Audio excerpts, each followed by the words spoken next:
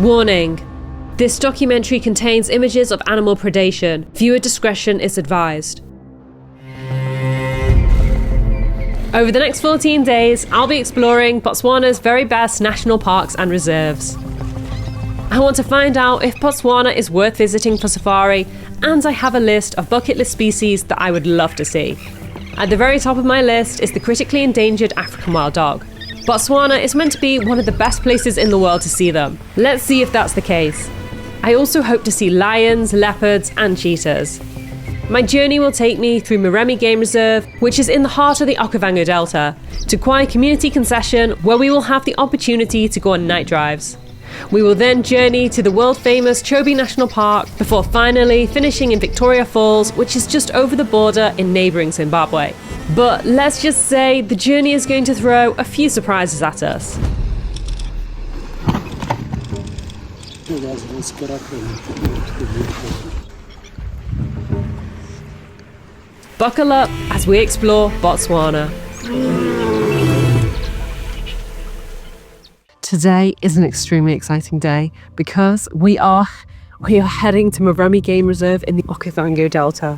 We've spent the last 3 days in Maun. We came from Johannesburg and then have just been relaxing, and now it's time for the adventure to truly begin. So today it's going to be roughly a 3.5 or 4 hour drive from the town of Maun, which is just south of the Okavango, to Moremi Game Reserve, which is to the east of the Okavango Delta. So cannot wait to share the journey with you.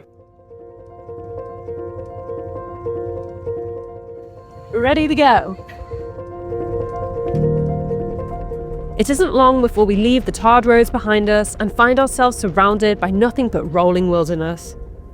We get our first wildlife sighting long before we reach the gate. A family of elephants is vanishing into the Mopani woodland beside the road.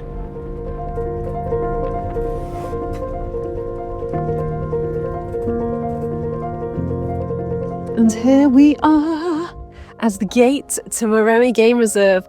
It has been quite the journey so far. It's been maybe around 4 hours, and I'm in an open top vehicle, so my hair is a little bit blown about. The sun is setting very soon, and it's going to be another hour from the gate to reach our campsite, and I'm hoping we see some exciting animals along the way. We're entering Moremi Game Reserve through Moremi's South Gate. Our campsite is located in Kakanaka, which is in the north of the reserve, so we still have quite a journey ahead of us. As soon as we're in Moremi, we stumble upon this herd of elephants drinking from a watering hole. A few adorable youngsters are amongst them. As much as I'd like to, we can't stay with them as Moremi has a strict curfew which isn't far off. We then encounter these 2 elegant giraffes who are enjoying a nice meal. Our guide Lucas tells us that one of the giraffes' favourite trees to eat is an acacia. Once the acacia knows it's being eaten, it sends out a chemical which turns its leaves bitter and undesirable for the giraffe. It also lets other nearby acacias know too, so that they can turn bitter as well, forcing the giraffes to search elsewhere for food. How incredible! The approaching sunset means that our time is starting to run out, and we can no longer afford to stop and admire the wonderful wildlife that we pass. But sometimes, when the animals are blocking the road, you have no choice but to stop.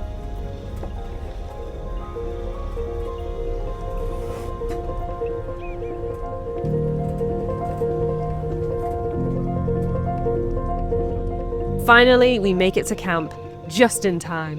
Night has fallen by the time we make it to our tents, and so it's not the best lighting for a room tour. Don't worry, I'll give you a full tour tomorrow. But for now, it's time to get some sleep as an incredibly exciting day lies ahead of us.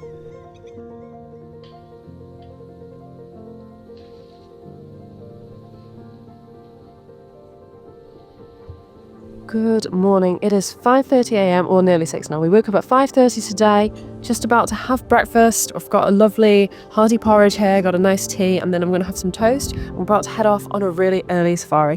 The sun is just starting to rise, so it's starting to get a little bit lighter around me. We had a really nice first night. We could hear the sounds of the hyenas, the lions, the hippos, and yeah, super excited to see what we may encounter today on our first day of safari in the Okavango Delta.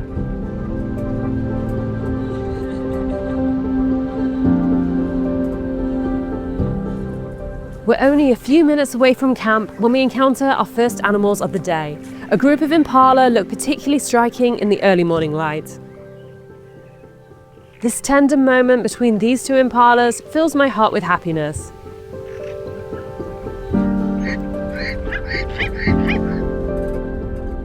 Nearby are a family of zebras. A sweet young foal is amongst them, having a morning feed.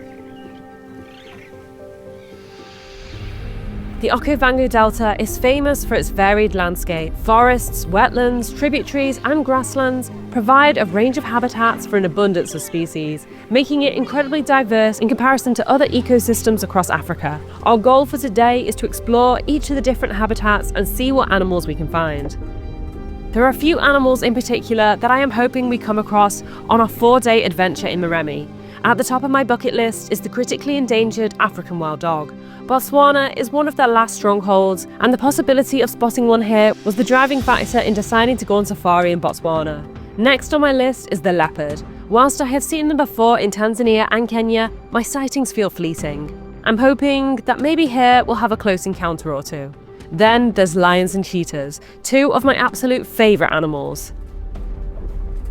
We drive on into the morning, the hours passing by. So far, Moremi's larger inhabitants have been avoiding us, but when you stop obsessing over the big five and start appreciating the moment, you notice beauty and interest everywhere, such as these adorable tree squirrels, and the plethora of birds like these lilac-breasted rollers, red-billed hornbill, birch-hill starlings, glossy ibis, African fish eagle, black-winged stilt, and marabou stork. My favourite, however, has to be the southern ground hornbills, the largest species of hornbill in the world. We also come across a family of banded mongooses, who seem to have taken up residence in this fallen log. It is mid-morning, and we have just stopped for a nice little tea break here by this, normally like a lake or something that's kind of dried up at the moment. The water will flow down from Angola in about a month's time, but for now, it is dry. So far, it's been a nice morning. We've been taking things slow. We've seen lots of cool animals, paying attention to like the small details. We've seen lots of cool birds, little squirrels, little mongooses, all the cute little things.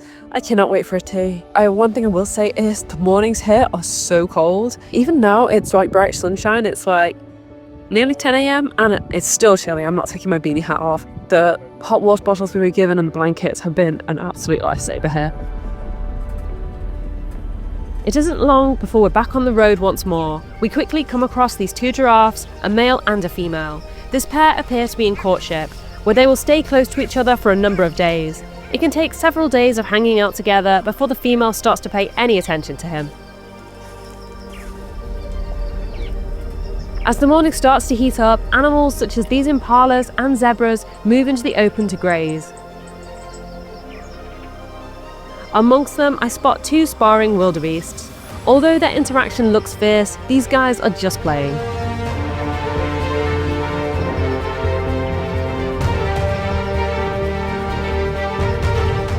We then encounter a majestic kudu antelope.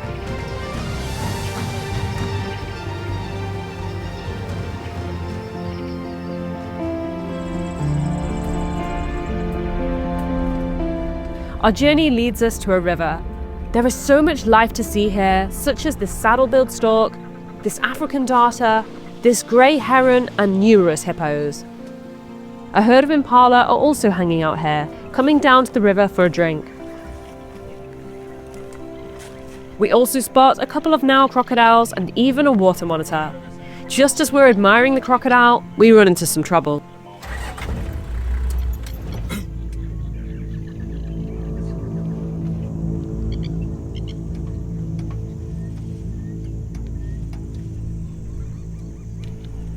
So we've had a little bit of car trouble. Car was not starting and we think it's something to do with the ignition. It changed the fuse and stuff and it didn't really work.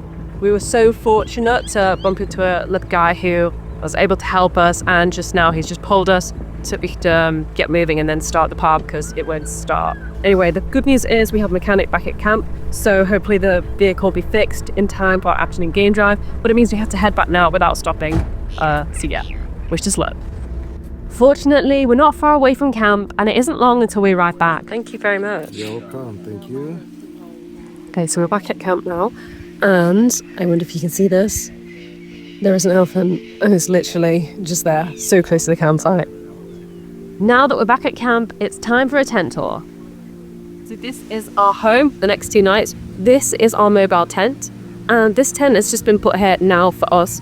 So when we arrived today, it's always been set up. But when we move to Khwai in a few days' time, this will be packed up and moved to the next location. I will give you a tour of this tent. So we have a little outdoor area. We can just chill. We have a mirror here and a little basin-like thing, so we can freshen up. And then inside, we've got the bedroom, and we have a nice double bed here. Tables either side, we can put some stuff. And then we've got all the towels, extra blankets, and at night we get a hot water bottle, which is such a nice touch. And then through here, if you follow me, a little open air bathroom. We've got the shower here, which comes through here. This is the bucket shower, so the water is filled into here and then released by this little toggle. We actually have a toilet, which is quite cozy. I won't open it up, but yeah, it's just a normal, we sit on it, a normal toilet seat. But it doesn't flush, it's just a hole in the ground, and you just cover with soil at the end, and this hole has been dug specifically for us, and then at the end it will be completely filled in and covered over, so we're leaving no trace. You can use loo roll as well, and that's buried in there as well. So this is the current situation, but they're actually looking at having flushing toilets next year. Finally, we have our little hand basin here, and you just wash your hands and everything. We also have little toiletries, which is a really cute, nice touch. We have some time to freshen up before lunch is served. Yeah, so this is a chicken pizza, that is a cauliflower salad, and then that is a Greek salad, yeah. There's an avocado, and then this is a homemade, freshly baked. Perfect. This morning. Thank you. After polishing off our delicious lunch, it's time to head out on an afternoon game drive. We first encounter this family of vervet monkeys, including the cutest little baby.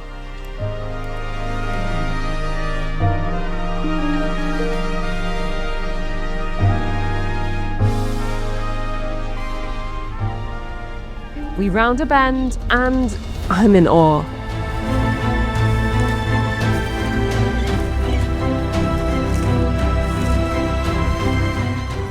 Watching this family of elephants come through the forest towards us is without a doubt the highlight of my day so far. They just look so magical, almost unreal.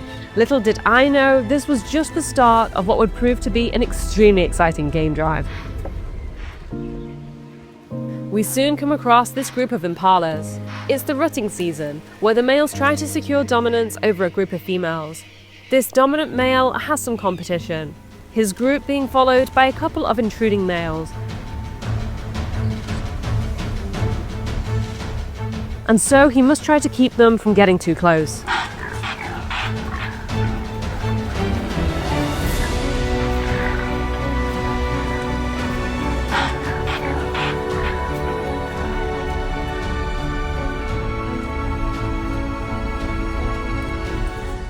As sunset approaches, we pull up at a scenic spot beside a family of elephants.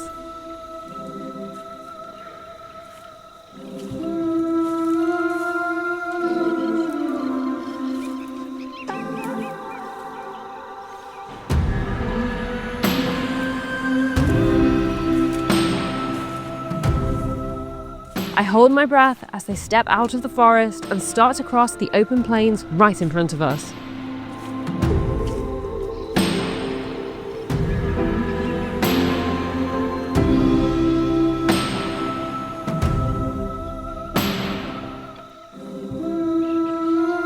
I cannot think of a better way to end our first full-day safari in Moremi.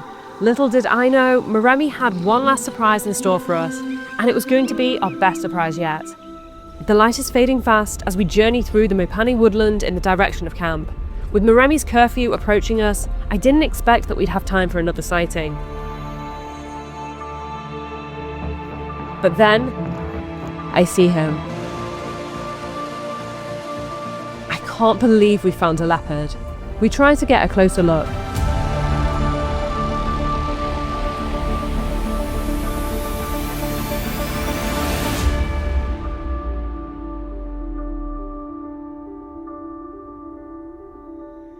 I hold my breath as he settles down, not quite able to believe that this beautiful male leopard is allowing us to spend time with him.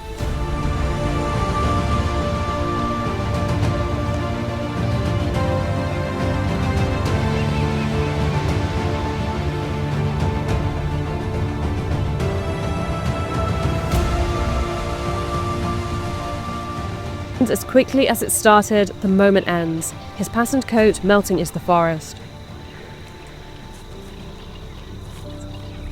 All I can say is wow. Now, that was definitely the highlight of my day.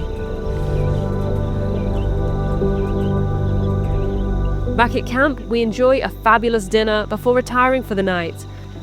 After today's events, I truly cannot wait to see what tomorrow has in store.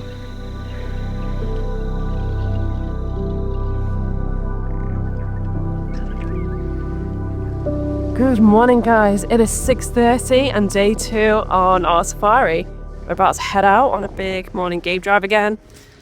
We're going to the south of Moremi now, an area where it's known to have wild dogs and cheetahs, so I'm really hoping that we see them. Wild dogs is the ultimate bucket list item for me, and I'd be so happy to see them.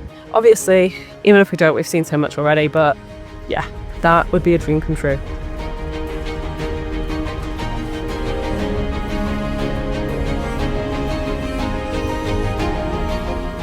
I'm so happy that we're out early enough to catch this spectacular sunrise over the Okavango Delta.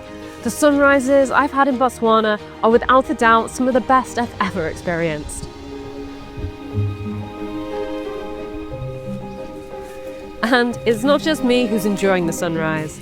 This herd of impalas are feeling particularly fresh, celebrating the coming day with some spectacular leaps.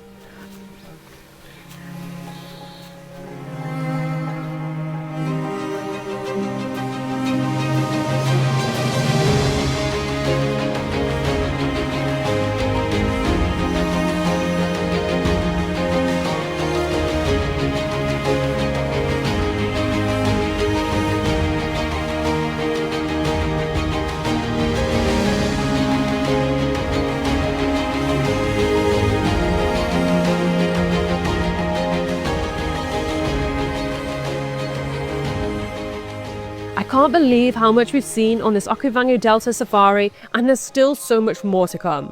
We wouldn't have seen anywhere near as much wildlife if we didn't have a fantastic guide with us who is incredibly skilled at wildlife tracking. If you'd like to book your own Botswana safari, click the link in the video description and pin comment. It gives you the opportunity to get quotes from the same tour operators who I used for my Botswana safari and who I highly recommend.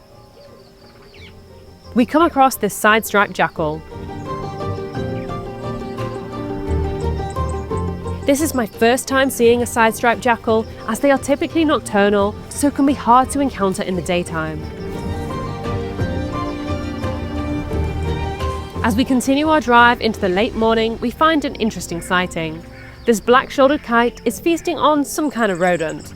The kite is one of many birds we find on our game drive. Botswana is quite frankly a bird lover's dream, and we spot a coppery-tailed cuckoo, little bee-eater, blacksmith lapwing, birch-hill sandgrouse, white-browed sparrow weaver, and Zazu from the Lion King, formerly known as a red-billed hornbill.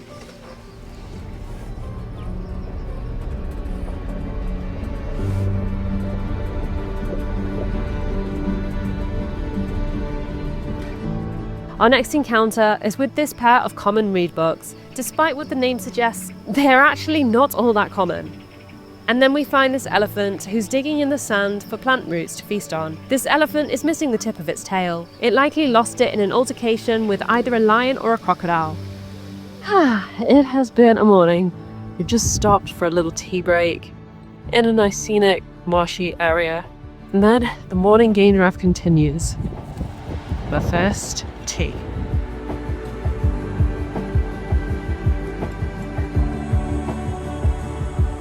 After our tea break, we head to an area of Moremi known as Third Bridge. It's here that we encounter this huge hippo outside the water and a pair of side-striped jackals. It's crazy to think on all my safaris I'd never encountered these guys before, and then here we are seeing 3 in one morning. One of them appears to have a rather unusual growth on its lip, but it doesn't seem to be holding him back as he trots off with his mate. We continue our drive, passing these helmeted guinea fowls, before we come across my favourite sighting of the day so far. This group of spotted hyenas are trying to keep cool by lying in the mud. Sleeping so adorably like this, it's easy to forget they're formidable predators with some of the strongest jaws in the animal kingdom. This group is mostly made up of cubs. You can tell they're young by just how fluffy they are. As a hyena ages, its coat gets smoother, shorter, and the spots become more pronounced.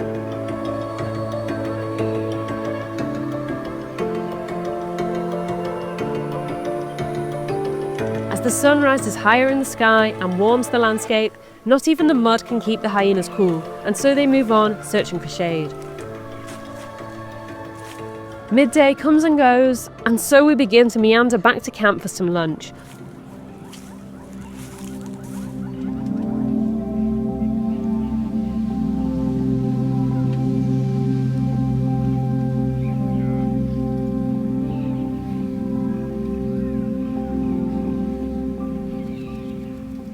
But the action isn't over yet. The Okavango Delta never ceases to catch us by surprise.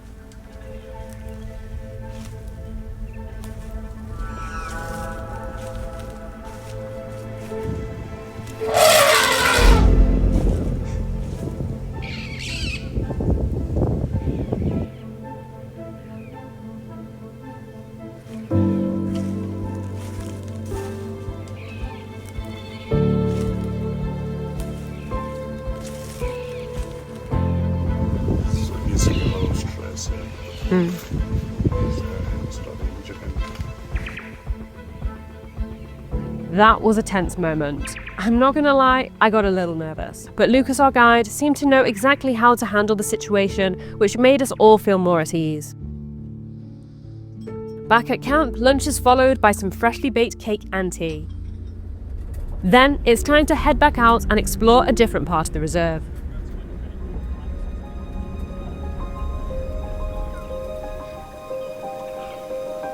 We encounter a pair of giraffes in courtship, perhaps the same pair that we saw yesterday. This time, however, they're not alone. An intruding male is getting too close for comfort, and the dominant male decides to let him know who's boss. It isn't long until we reach this flooded plain, which is absolutely teeming with life. Before I came here, I had a picture in my head of what the Okavango Delta would look like. This is it.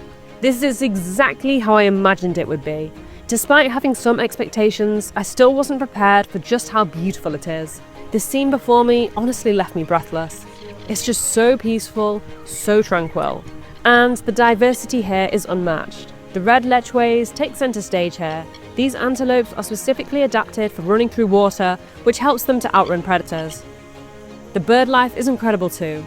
We have Egyptian geese, a squacco heron, a grey heron, some Myers parrots, and my absolute favourite, a grey go-away bird. There's something about their mohawks, name and song that fills me with joy.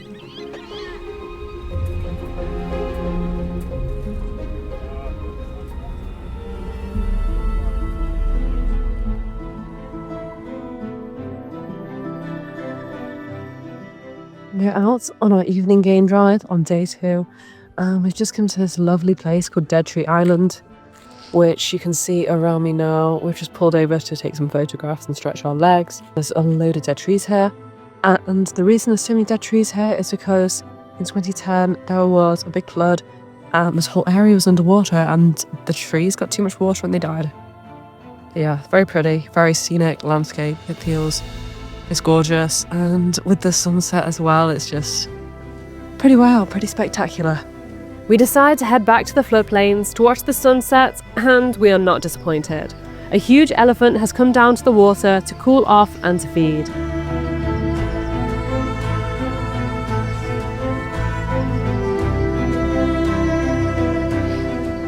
As we sit watching the elephant feed, with the sunset behind him, we suddenly hear something incredible. Lions. With no hesitation, we head off in the direction of the roars, only to encounter a slight obstacle. Unable to cross the river, and with the curfew not far off, we have no choice but to head back to camp. But we certainly know exactly where we'll be heading first thing tomorrow morning. I can't wait. We may finally see lions.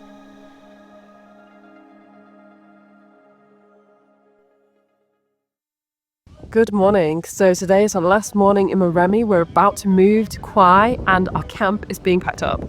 As we're on a luxury mobile camping safari, our incredible team will work throughout the morning to dismantle camp whilst we enjoy a game drive. They'll then drive on ahead to our next location and have everything set up and ready for us before we arrive. We head out with a clear mission in our mind, to find the lions that we heard roaring last night.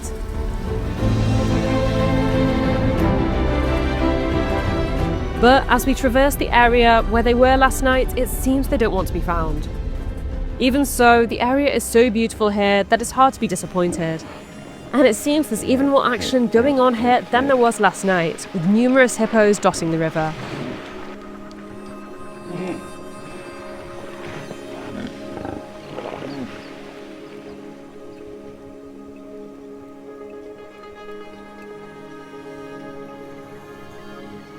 And a great array of water birds are parading across the island, including egrets, a spoonbill, an African openbill, and an African sacred ibis.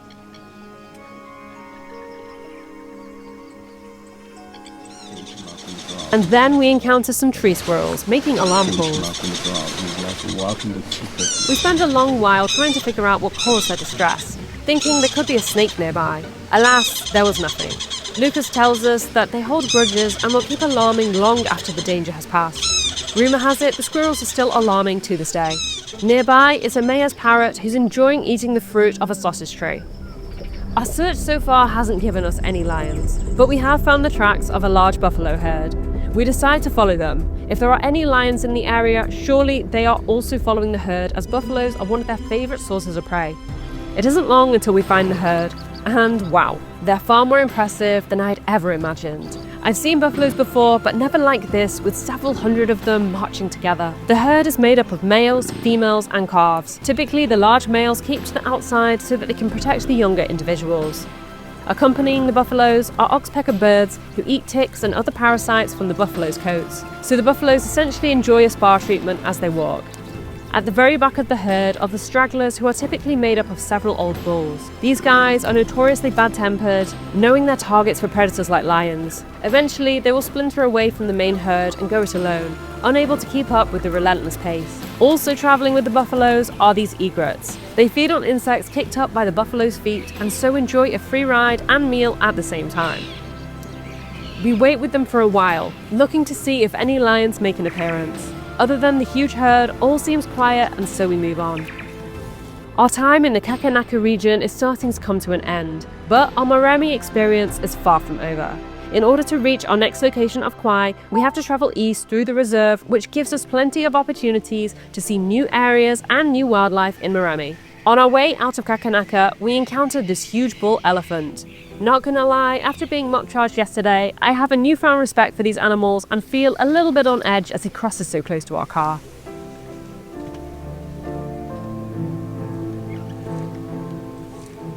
Stopped for a tea break on the banks of the river, and we are not alone here. There's an elephant so close right now to where we're about to have our tea and coffee.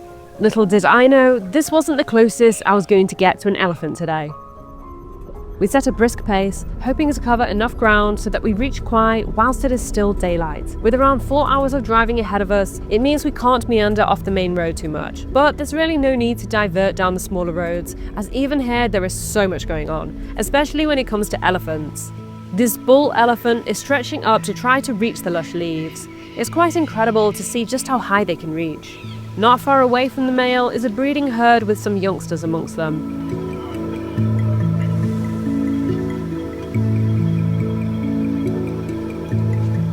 Once they melt into the woodland, we move on. As we drive further east, we come across this beautiful flooded area of the delta, which seems particularly popular with elephants. We drive down to the water to get a better view. Huge bulls are enjoying cooling off in the water, whilst further down the riverbank, a breeding herd of elephants are enjoying a refreshing drink. Some calves are amongst them, including an adorable little baby. This is an incredible sighting. There are just loads of elephants here by this waterway, the edge of the Okavango Delta, and it's just been so beautiful to just sit and watch them as they frolic in the water, as they drink. The baby ones as well are so adorable. And this is actually our lunch spot for the day. So we're just setting up our chairs now, and then we're going to eat a little picnic lunch with this fantastic view. Okay, so for lunch I've got this chicken wrap with potatoes and, well, just look where I am. As we enjoy our fabulous lunch by the water, elephants start to emerge from the forest and make their way down to the tributary to drink. 3 large bulls step into the water. They're majestic and a little intimidating. It's only when you're on foot like this when you realise just how massive and powerful elephants really are and just how small we are in comparison. It's a very humbling moment.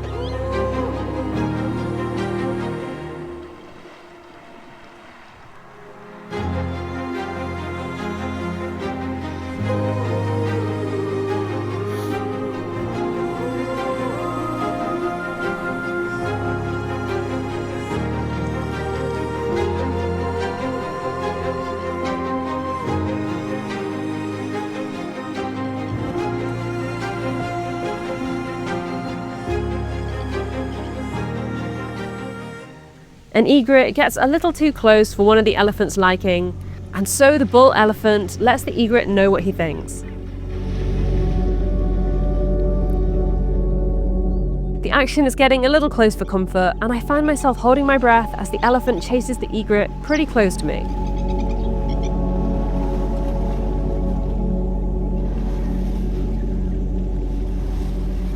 Gradually, more and more bulls appear from the woodland and join their comrades for a drink.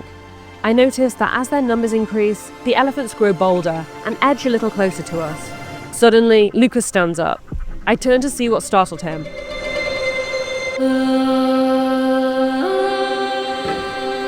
I suddenly feel very outnumbered and very small. I swear the elephants can smell my fear. I keep looking to Lucas, who seems eerily calm when facing these 7-ton giants. There's another one coming on this side too.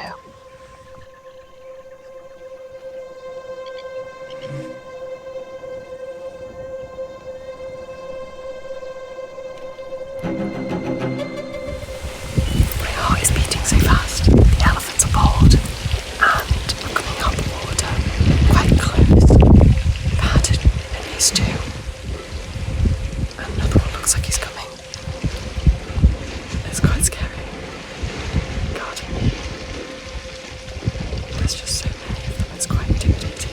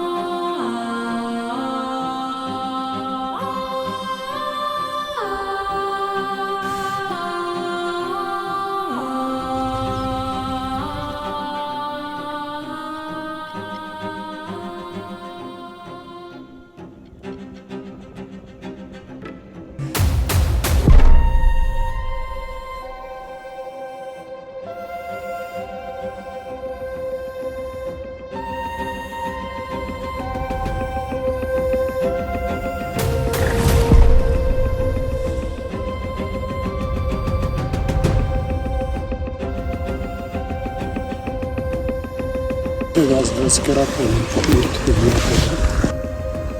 When he tells us to retreat to the vehicle, I know things are getting serious.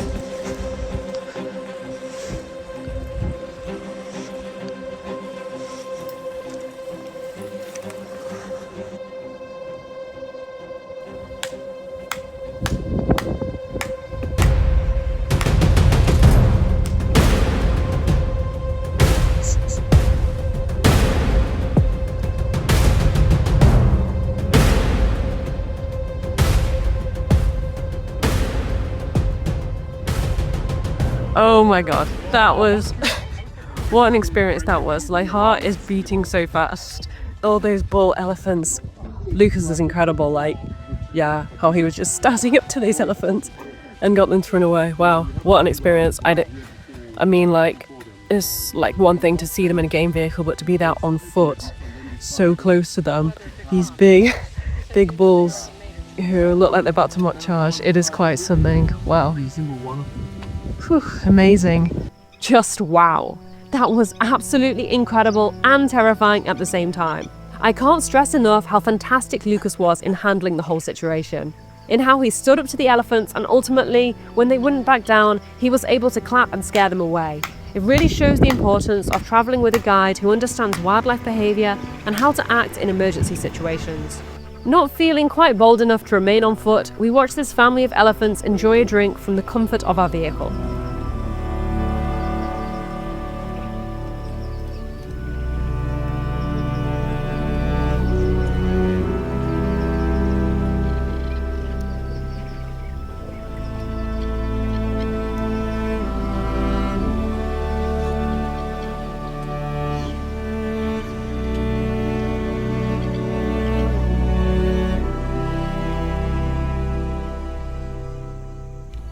Feeling completely in awe after that experience, we continue our drive to our next destination. We enter Khwai through Moremi's North Gate and cross the Khwai River. We briefly pass through Khwai village. Khwai concession is owned by the native San people who live in this village. From here, it's just a short drive to our campsite. We have just arrived at our new camp. Got a nice little welcome drink and look at the scenery. We are over some water, some kind of marshlands, and it is just so beautiful. And then here's our little dining area and the tents are behind. We're on a mobile camping safari, which means our camp is transported from location to location by our amazing team. Our tents are spacious, with full-sized, comfortable beds and our own ensuite bathroom. We have a bucket shower, which is topped up daily with hot water, a long drop toilet and a basin. The camp also consists of a dining area and a kitchen, which I'll give you a full tour of later on. But for now, as the sun sets, it's time to warm ourselves by the fire and settle down for some dinner. Backing up my footage, and I'm scared of moths, and lo and behold, there's a moth. Okay. We then retire early to our tents as we have an extremely exciting day planned for tomorrow. The following day, we're up at 5:30 and promptly leave camp after breakfast an hour later. As the sun rises over the landscape, we spot our first animal of the day, a Chobe antelope.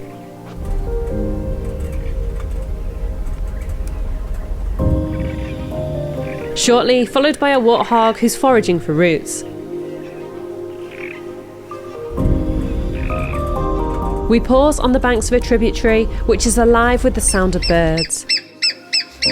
A red-billed hornbill is singing in a dead tree just above us, whilst a hammerkop searches for a meal in the water. A saddle-billed stork stands nearby, carefully preening its feathers. We continue our search for predators, and I can't believe it. We found a lioness. She's got a fresh injury on her nose, suggesting she may have suffered a kick to the face, most likely whilst attempting to hunt this morning.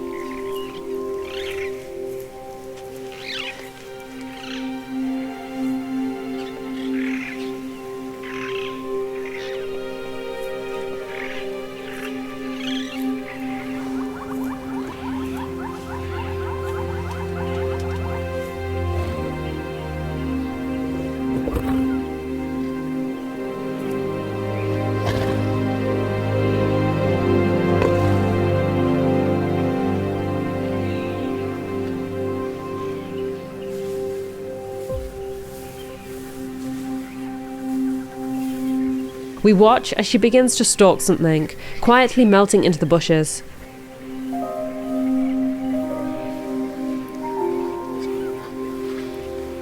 We try to catch up with her, but on the other side of the bushes, we discover that she's not alone. Another lioness is resting nearby.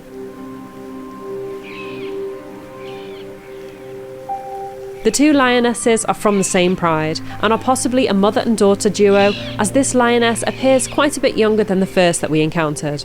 She's alert, scanning the bushes for signs of prey. It's clear that the lionesses are on the hunt. And then, they're up.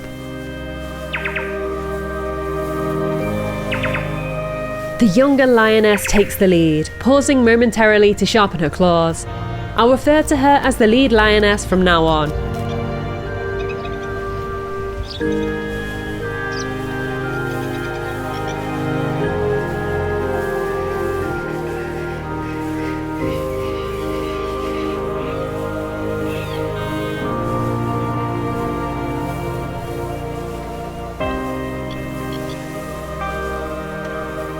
She crosses the road right in front of us, shortly followed by the second lioness.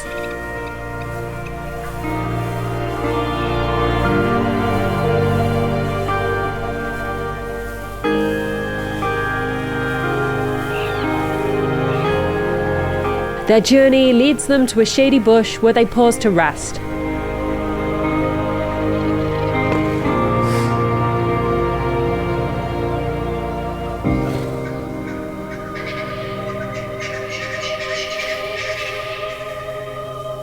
Our guide, who has been leading safaris in Botswana for many years and has a deep understanding of wildlife behaviour, advises us to wait with the lions, confident that they won't be resting for long as they still seem alert. And so we wait, which really is no chore. It's taken us 4 days to find lions, so I want to hang on to this moment for as long as I can.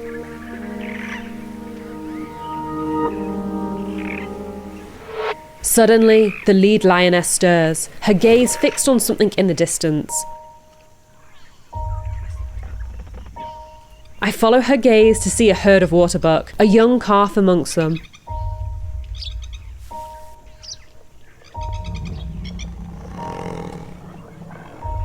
She begins to stalk forward, her full attention on the hunt.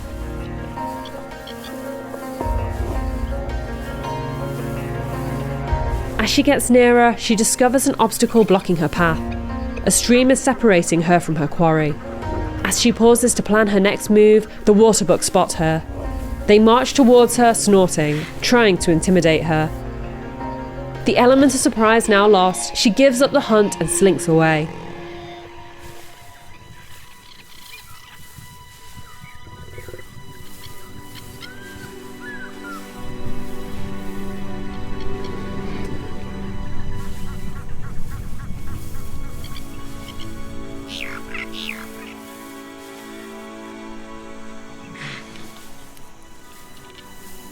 Now that their presence is known here, the lionesses aren't keen to stick around and cross a tributary onto an island.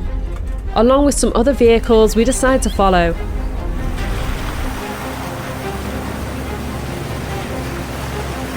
But whilst all the other vehicles head in one direction, our guide takes us in the opposite one. Our guide selects a spot to wait.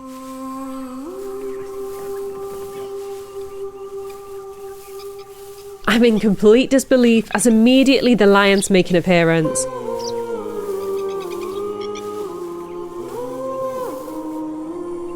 I can't believe he knew exactly where they'd appear from. What makes this moment even better is the fact that we're the only ones here.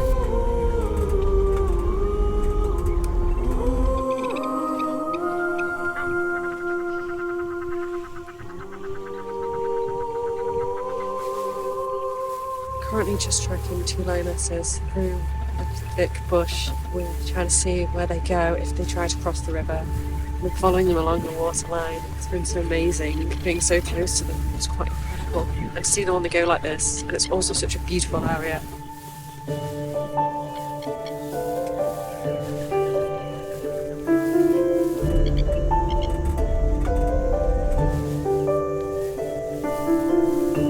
The lionesses stroll with purpose, hugging the waterline as they go. Our guide thinks they're interested in crossing the Khwai River, presumably in search of the rest of the pride, but are looking for the narrowest place to cross.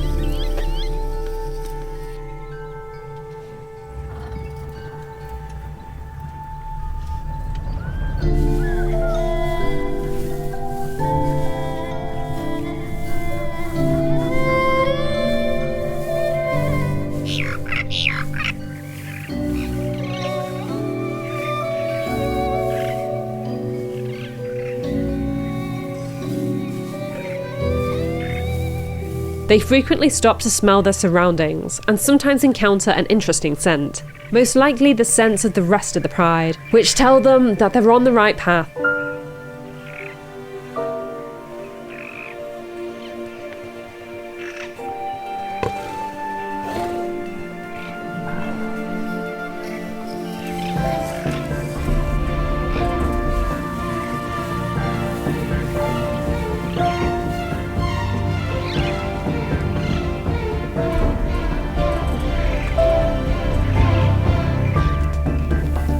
They encounter a small stream blocking their path. This time, however, they don't hesitate to get their paws wet, determined to follow the trail of their pride mates.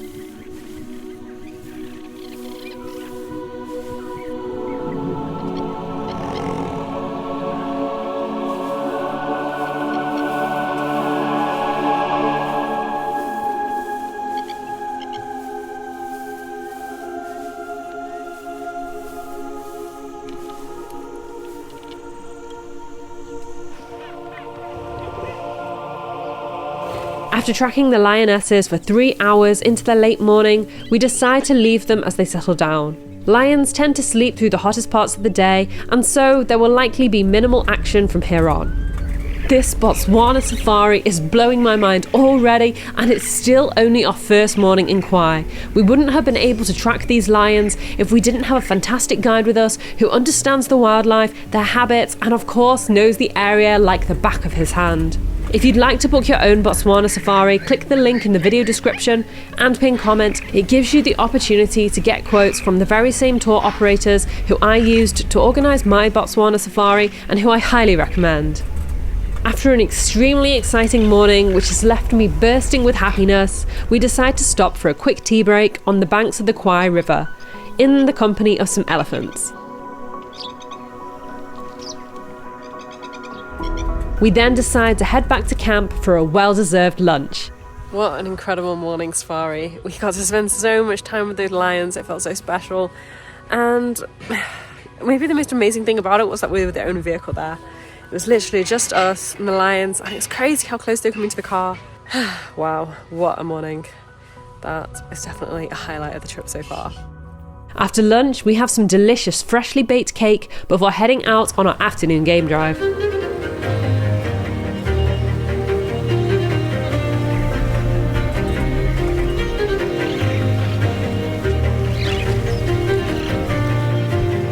Our first sighting of the afternoon is this magnificent bull elephant. We watch as he feeds from the bushes only a couple of meters away from us before we move on. I had no idea that we were about to stumble upon something incredible. So we've just come across this kill in a tree here. A warthog kill, a leopard apparently caught it. I don't know how long ago, but about 20 minutes ago the leopard got spooked and has left, so we're just waiting here to see if he returns. It would be amazing if he did, because the kill's in such a great view and the lighting is so nice, so fingers crossed he comes back soon. The minutes turn to hours and the light starts to fade.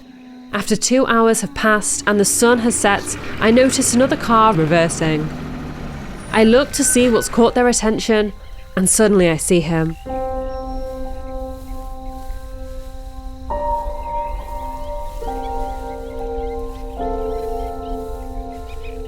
A beautiful male leopard in his prime is sauntering through the Mopani woodland, purposefully making his way towards the kill.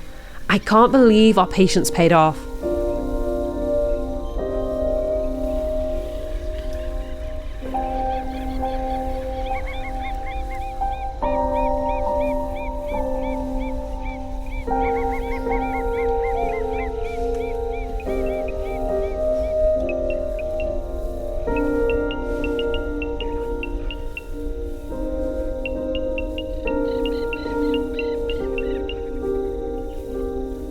When he reaches the foot of the tree, he's in no rush to return to his meal and settles down for a rest. The light is fading fast, and soon we are surrounded by darkness and have to use a torch to be able to see our surroundings. I'm extremely grateful that this sighting happened in Khwai. Government-owned reserves such as Moremi don't allow night game drives. In private concessions such as Khwai, however, they are permitted.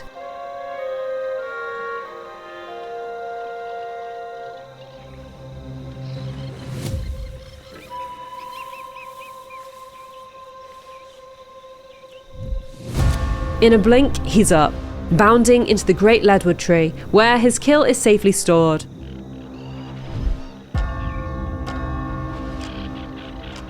Leopards are the only large predator of Africa that are skilled tree climbers. As a result, they like to stash their food high up in trees, where opportunists like lions and hyenas can't reach them.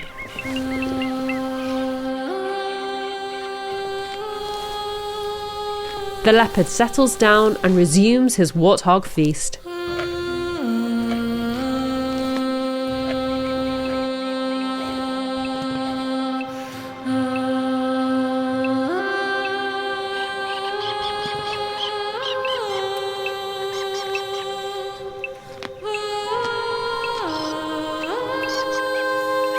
The smell of the fresh meat is starting to attract some unwanted visitors. A hyena circles the base of the tree, searching for scraps.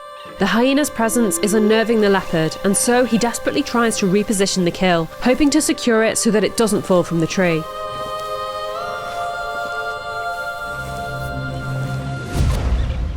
The hyena doesn't miss the meaty package that has fallen from the tree and rushes in to feast. Satisfied that the warthog is now secure, the leopard continues his meal.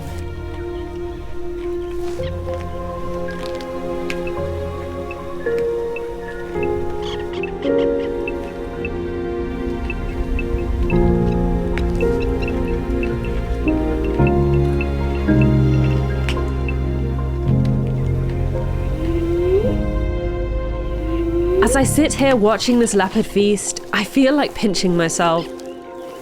This moment honestly feels like a dream. I'd come to Botswana with the hopes of seeing Africa's predators, including leopards, but never in my wildest dreams would I think that I'd get to witness a magnificent leopard eating a fresh kill in a tree and have such a clear view of it.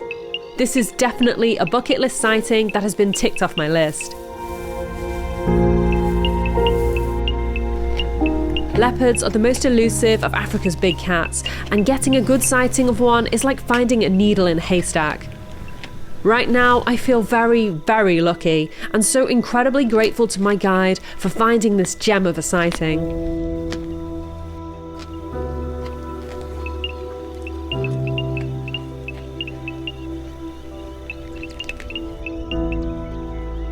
Patience is definitely the name of the game when it comes to safaris.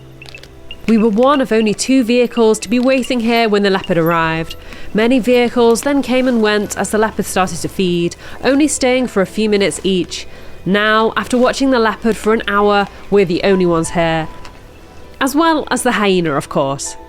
We decide to leave the leopard to enjoy the remainder of his meal by himself and go in search of some more of Botswana's nocturnal wildlife. The first creature we encounter is this hippo outside the water. They come outside the water at night like this to graze. And then we come across what looks like a miniature kangaroo. This adorable critter is a spring hare. We also spot 2 bush babies, but they're so fast I'm unable to get them on camera. Followed by yet another spring hare.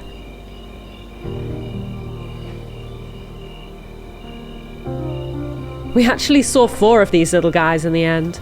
After a long and exciting day, we head back to camp. After today's events, I absolutely cannot wait to see what tomorrow has in store.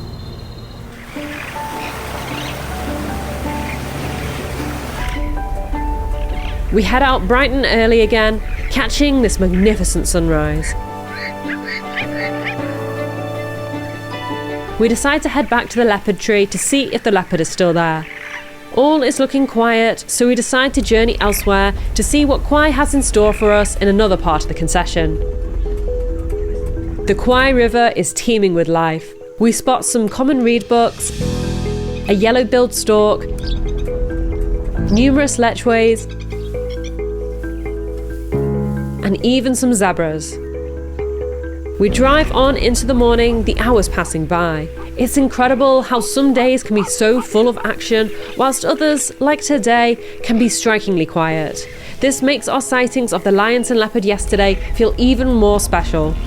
We have a quick tea break on the banks of the Khwai River before we traverse the bush once more. We spot some adorable dwarf mongooses, and then on the other side of the river we spot our 2 lionesses from yesterday. So they did cross the river in the end. They're clearly not going anywhere anytime soon, and so we return to camp for some lunch. Now is a good time for a kitchen tour. This is the kitchen. What have we got cooking? This is the oven. So there is a vegetable boboti inside, and then Oh wow, yes. that's amazing. Yeah.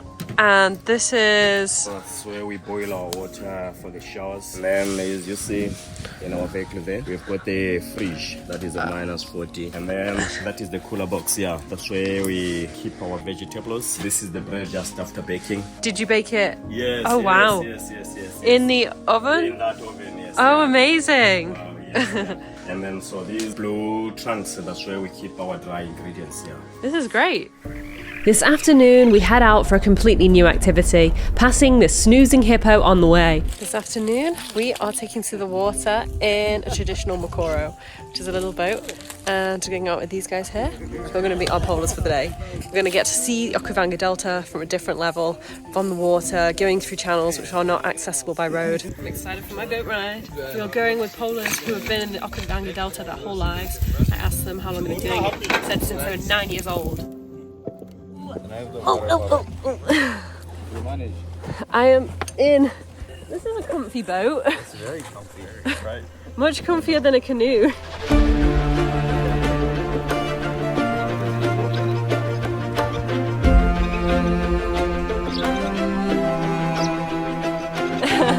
It isn't long before we encounter some wildlife. Up ahead is a group of 3 bull elephants drinking from the tributary. It feels incredible to see them from the water, where they suddenly look far bigger than they do when we see them from our high vantage points in a vehicle. The lack of car engines also makes this sighting incredibly peaceful.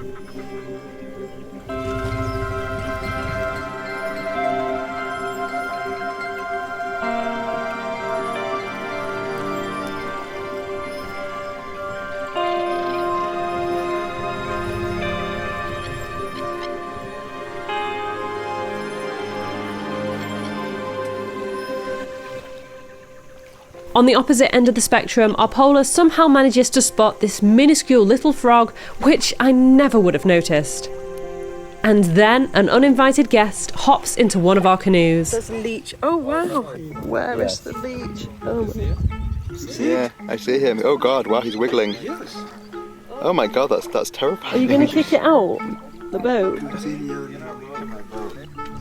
He's a stubborn guy. He's super slippery and proves a challenge to get hold of, but eventually he is evicted back into the water and we can continue our journey.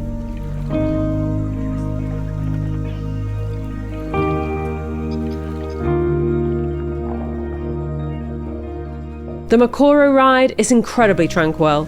The delta lazily passes us by whilst the rippling of water and the singing of birds fills the air.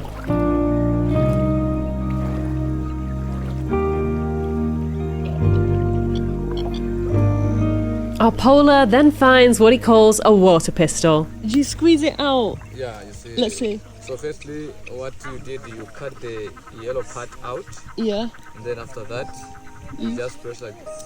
Oh my god, it went everywhere.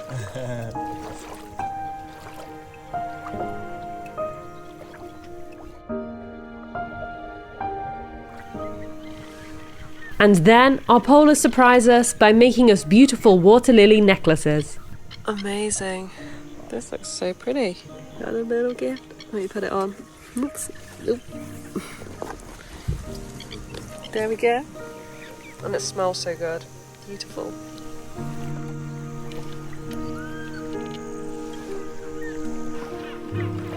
After 2 hours on the water with a brief halfway stop to stretch our legs, we return to our vehicle and, as the sun starts to set, we head out on a night game drive.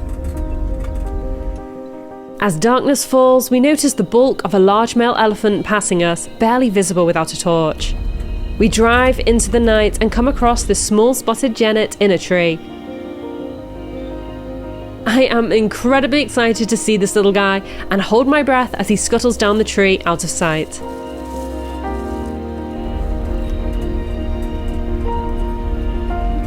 Our next sighting is this skittish scrub hare. We then head back to camp for a delicious dinner before venturing to our tents for the night. But the night's excitement is not over yet. At 3 in the morning, my camera trap caught this curious hyena heading in and then out of our campsite, likely looking for food scraps. It's another early start. As we head out on our morning game drive, we notice lots of dust hanging in the area. We soon discover the culprits. A large herd of buffalo are on the move. They fix us with intense stares before vanishing into the Mopani woodland. We drive on, passing this elegant giraffe,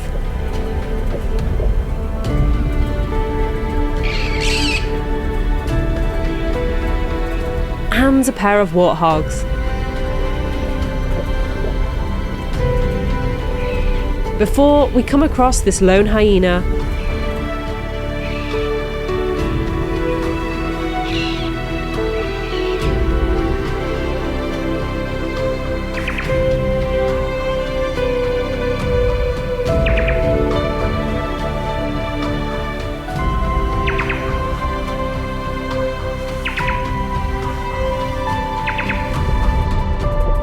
Good morning. It is very chilly today. I swear every day it feels a little bit colder, but now the sun has risen and it's starting to kill off the chill. Yeah, we've gone to the east part of the park today, seeing what we can find here, and yeah, I'm excited to see what we encounter on our way. This part of Khwai is known as the Dead Tree Forest. As I look around, it's easy to see why. These trees were killed by elephants who stripped their bark away, cutting off their lives. The result is this desolate and eerily beautiful landscape. On one of the dead trees, a juvenile harrier hawk tries to steal the eggs of a lilac-breasted roller. We're unable to make out the outcome as he soon flies away. We then encounter this male giraffe, intruding on another male's territory. The dominant male is not impressed and saunters over. Suddenly not feeling very bold, the intruder takes flight.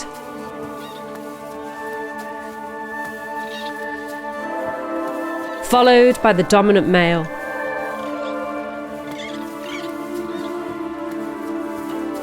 So far, we have been fortunate enough to see lions and a leopard in Khwai, but we still haven't come across any signs of cheetahs or wild dogs. I'm hoping that our luck at finding these elusive predators changes soon. As we meander through the Dead Tree Forest, we find a herd of elephants, with some adorable young calves amongst them.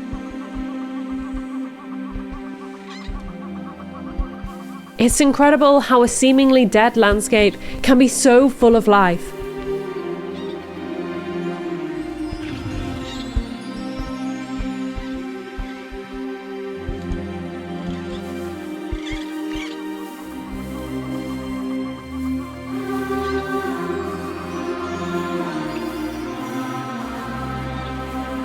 The group is likely heading to the Khwai River for a drink, but they don't miss out on the opportunity to forage for some food on their way.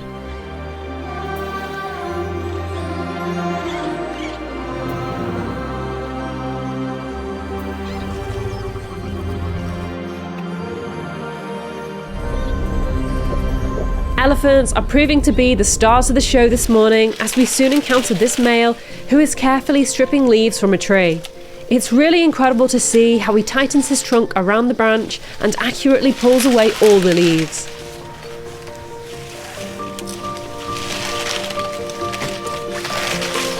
On our way to the Khwai River, we notice some animals running up ahead.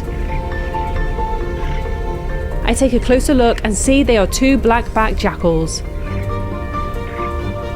The Khwai River never ceases to provide some interesting sightings, such as this squacco heron riding atop a hippo, and a large Nile crocodile basking in the sun. We enjoy our morning tea in the company of a herd of waterbucks.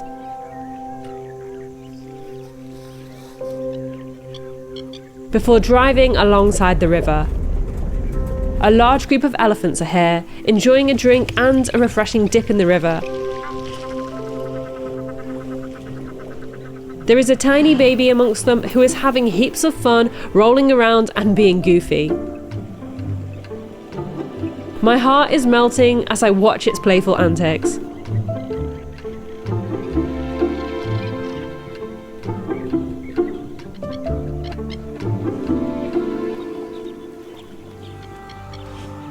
There's a deceased elephant on the other side of the river.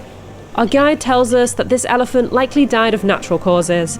Older elephants spend lots of time at the river where the grass is soft and often pass away in their favourite spot.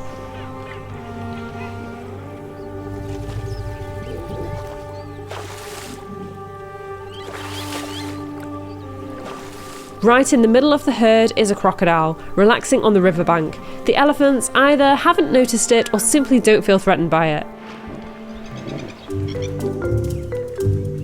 Close by is a mother hippo with a young baby of her own. I have never seen a baby hippo before, and I'm delighted as the adorable youngster plays in the water.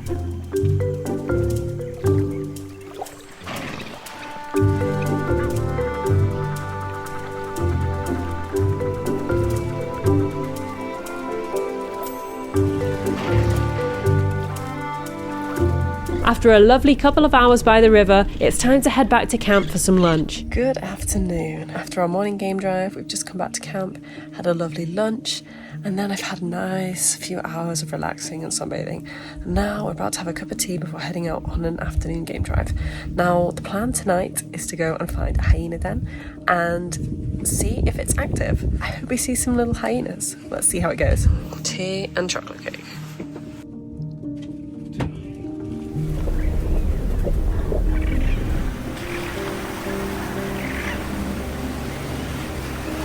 We drive straight to the den, and as soon as we arrive, we see that we're in luck.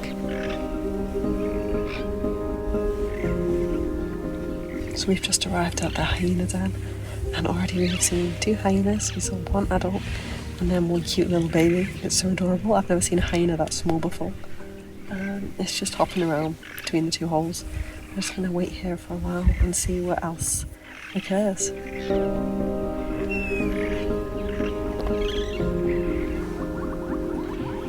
Just then, another hyena arrives. This hyena is also a youngster and saunters over to the den. I notice movement coming from the den entrance and spot the smallest hyena yet. This hyena cub is so young that it's still got its all-brown coat. Their coats tend to lighten at around a month old, so this cub must be less than a month in age.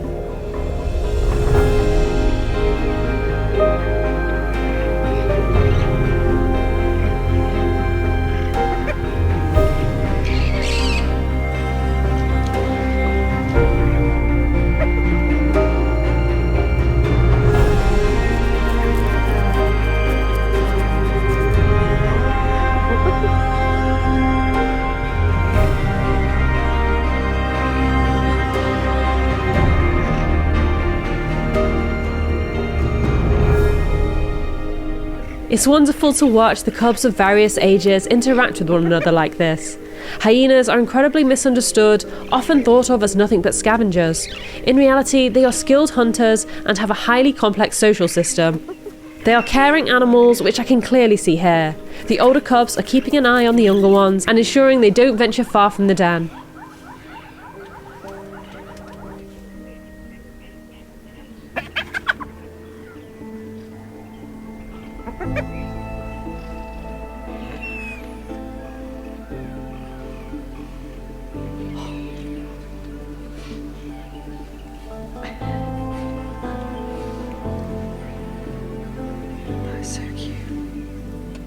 As we stay with the den, more and more older cubs start to arrive back.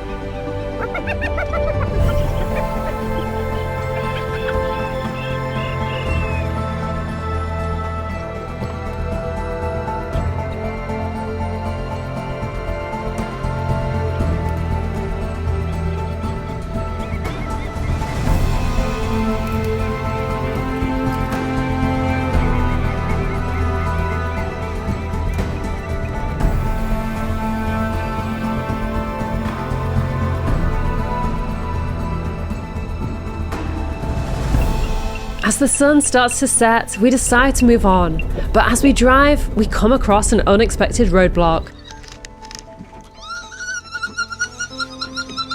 I can't believe it. This mother hyena is transporting a cub which must only be a few days old. She must be moving it to the den that we were just at.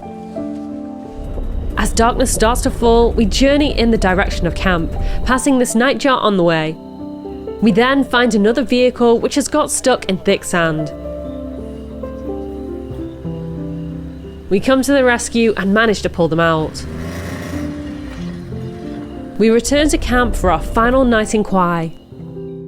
The following morning, our team is packing away camp. Whilst they pack up, there's just time for us to have a final game drive in Khwai. We once again head to the dead tree forest in the far east of the concession. Suddenly, we hear jackal alarm calls and notice billowing clouds of dust as a herd of zebra charge through the landscape. We set off so quickly to try to get a better view of what spooked them that I don't have chance to film them. I know what that is. Yes, I can see. From a car? I can see No. It's like a cat or a cheetah or a leopard.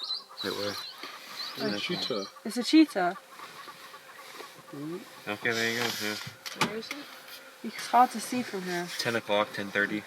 It's hard to see if you have some trees, but... Which trees? 10:30, dude. I saw something but walking before. Yeah, that's what I saw. I can see it, I see it. Is that running away? Yeah. The second one. There's two of them.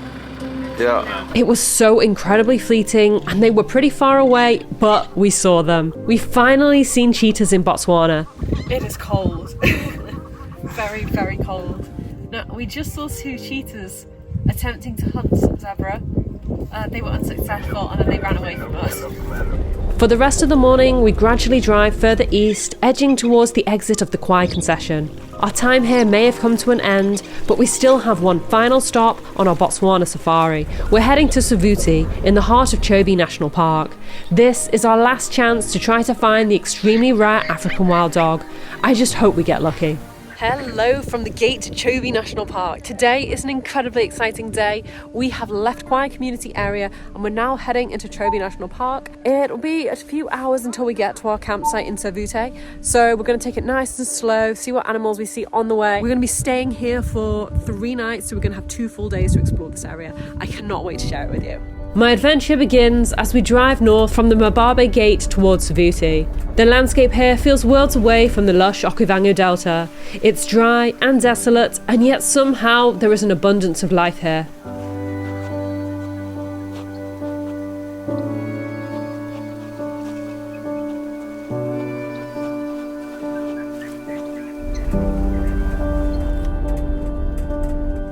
Giraffes in particular seem to love it here, including this romantic couple.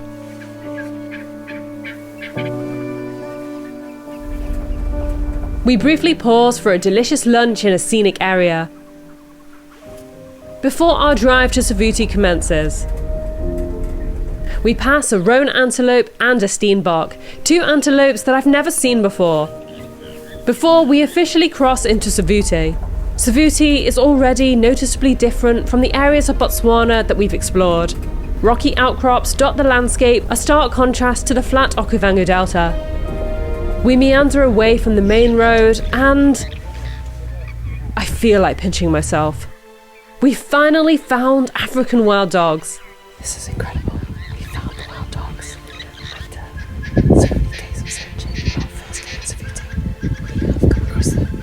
There are a number of dogs relaxing here, including the pack's alpha female. She looks formidable with noticeable battle scars, including a torn ear and an injured eye. Her most notable feature is her coat pattern. She has a white half moon on her left side. Our guide tells us that the alpha female currently has young puppies, and this spot here is their den.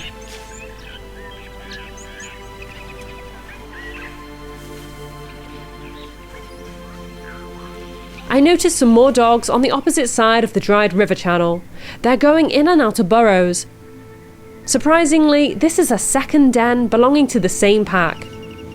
It's incredibly unusual for there to be more than one den for a wild dog pack, as only the alpha female is permitted to have pups. A subordinate female must have gone behind the alpha's back and had pups of her own.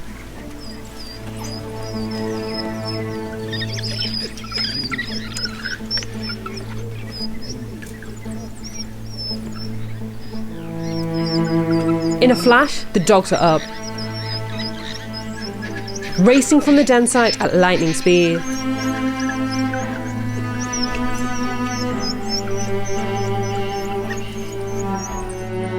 They pass the second den before heading into the dried riverbed. We follow them and are shocked at what we find. The dogs have led us to a third den. This is extremely unusual. 3 dens belonging to the same pack puts a lot of strain on the pack. Each female dog gives birth to a litter of up to 16 puppies. 3 dens mean there could be as many as 48 puppies to look after, which means the adults are spread out between all 3 dens and the pack needs to hunt pretty much all the time to stand a chance of feeding themselves and the puppies. It's going to be a difficult time for the pack.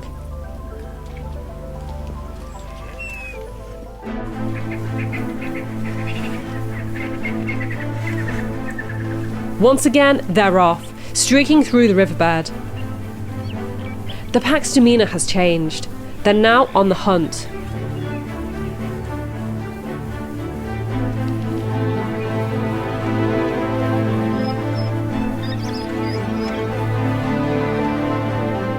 The dogs lead us straight to a family of elephants, including a baby one.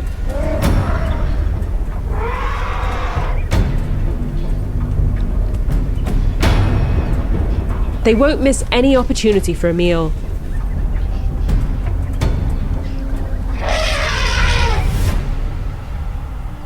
The elephant family are too formidable an opponent for the dogs and they're forced to give up the hunt. The pack enters some bushes which are concealing an old hyena den. At first, we wonder if they're looking for prey in the burrow, until we hear the unmistakable squeaks of wild dog pups. This is unbelievable. The pack has a 4th den.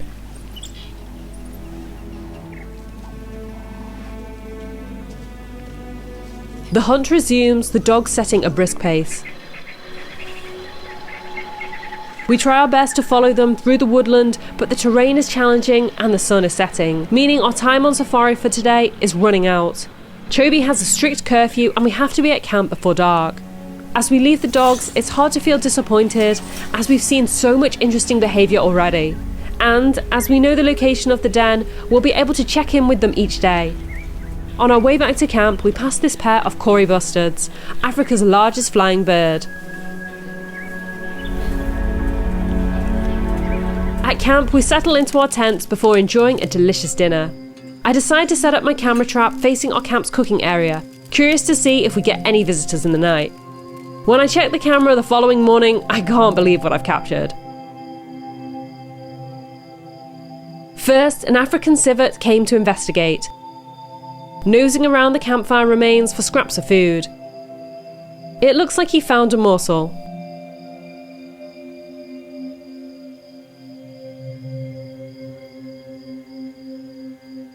Half an hour after our civet left camp, a pair of honey badgers sauntered in, knocking over a bucket and investigating our recycling pile.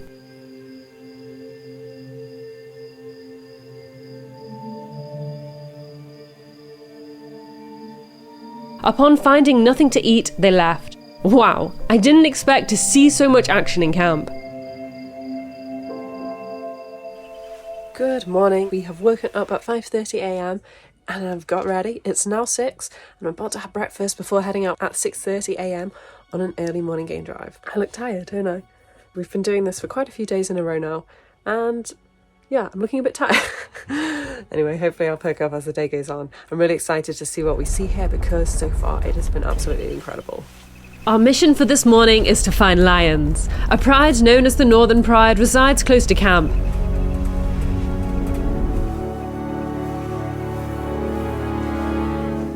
And it doesn't take us long to find them.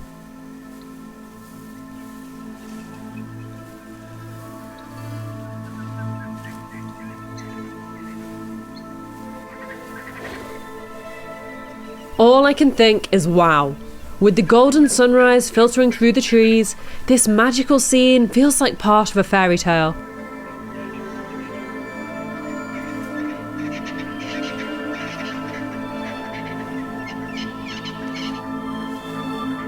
This is a lioness from the Northern Pride. She seems to be looking for something. Her belly is sagging with milk, telling us that she's a mother to young cubs. Perhaps she's looking for her cubs.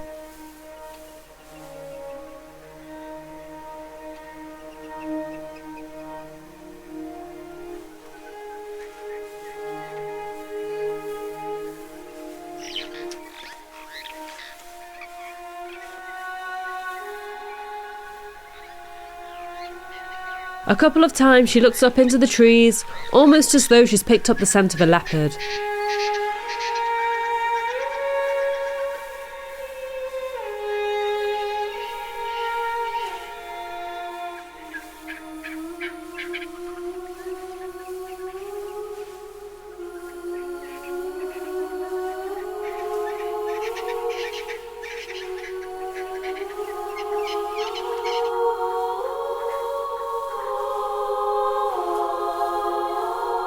We may never know what she's looking for. Her presence has alerted some impala, who let out alarm calls.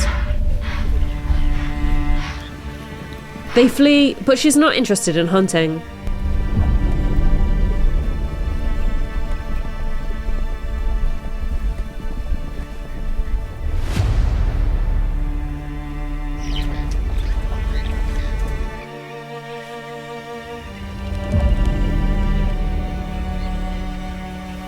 Heading towards the waterhole, the lioness gives up her search for now.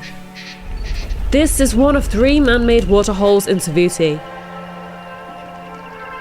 The Savuti Channel, which flows through the area, used to run with water until it mysteriously dried up in the 1980s. It remained completely dry for 30 years before mysteriously filling up again in 2008. It has since dried out again, with no telling when it will next flow with water. As the channel is mostly dry, some intervention was required in order to keep the wildlife alive here, and so the waterholes were made. The lioness continues her journey. This time she's filled with purpose. 2 black-backed jackals watch her warily.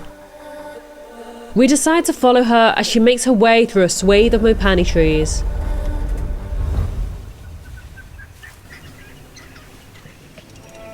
She's led us to an elephant carcass. Our guide estimates that the elephant has lain here for around 2 days, and that the elephant likely died of natural causes. This is a good meal for her. The lions of Savuti are famous for their ability to take down elephants, an extremely unusual behaviour. This skill can be found in southern Savuti, where a second pride known as the Marsh Pride live. It's the pride's huge numbers that enable them to take on such large prey. The calls of lions fill the air. Based on her unbothered reaction, it must be more members of the Northern Pride. But she has no interest in responding to their calls. Perhaps she wants this meal all to herself.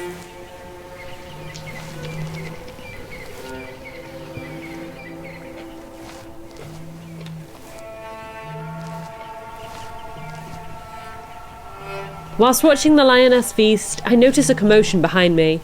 I turn to see some jackals attempting but failing to catch a spurfowl. Better luck next time. We decide to leave the lioness to resume her meal alone. It's incredible how much we've seen in Savuti so far, and we've not even been here for a full day yet. We wouldn't have seen anywhere near as much wildlife if we didn't have a wonderful and skilled guide with us who is fantastic at wildlife tracking. We were the only vehicle with the lioness this morning. If you'd like to have your own safari of a lifetime in Botswana, click the link in the video description and pinned comment. It gives you the opportunity to get quotes from the same companies who I booked my safari with and who I most certainly recommend. As we drive on into the morning, we come across more lions. This is incredible. We found this whole pride of lions here. There's a male lion right there. There's another one on the other side of the vehicle. And then there's a few females and a lot of cubs of various ages. And they're just feeding on this elephant carcass here, which looks like it could be a couple of days old.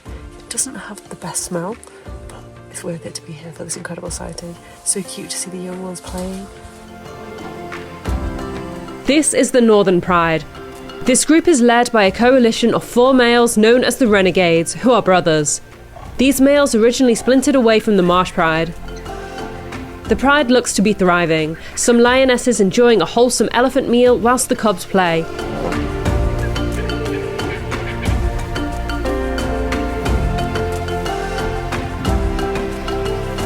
It's so lovely to see the cubs playing like this and fills my heart with joy.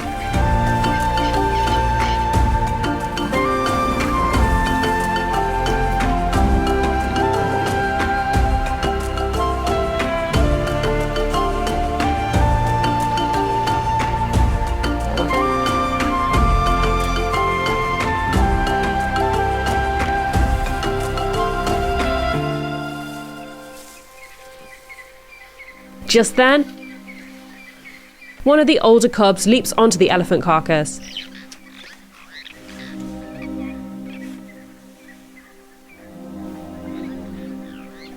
I guess it must be a nice vantage point from up there.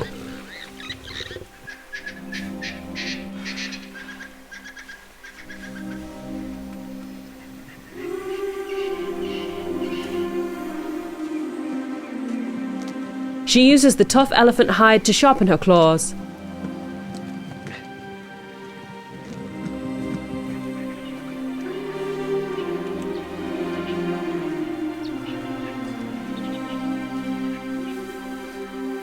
As the morning starts to warm up, one by one, the lions gradually retreat into the shade.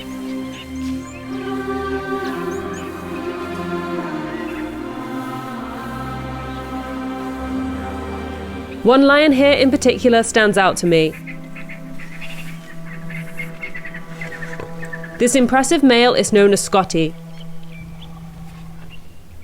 He's the oldest and largest of the 4 renegade brothers and is the most dominant male.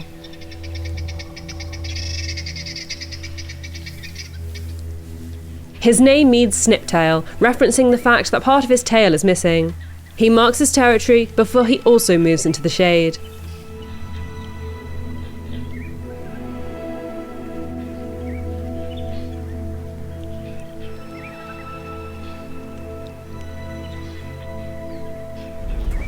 The arrival of mid-morning means it's time for a tea break. We have a brief moment to stretch our legs and enjoy a lovely hot cup of tea and some chocolate biscuits. Before we head back to camp for lunch, there's one last stop on our morning itinerary. We've just stopped off at this place called the Baobab Gallery, which is a line of a couple of baobab trees. Now this is one of the few places where you can actually find them now because the elephants absolutely love them, so have eaten them throughout the whole park. But the rocks here, which you can see around me, have protected these trees from elephant damage, and that is why they are still here to this day. The only ones you can find. They are so impressive, they are massive, they are funny looking, and yeah, it's nice to be here and stretch our legs.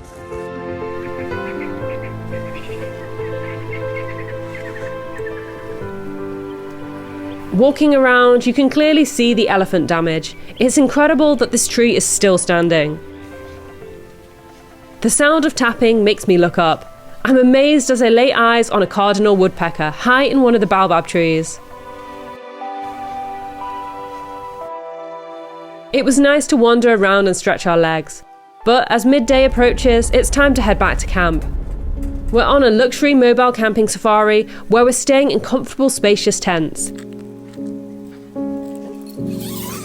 In my tent, I have a lovely big double bed and some tables on either side. These flaps open, but I've shut them for tonight because it gets so cold.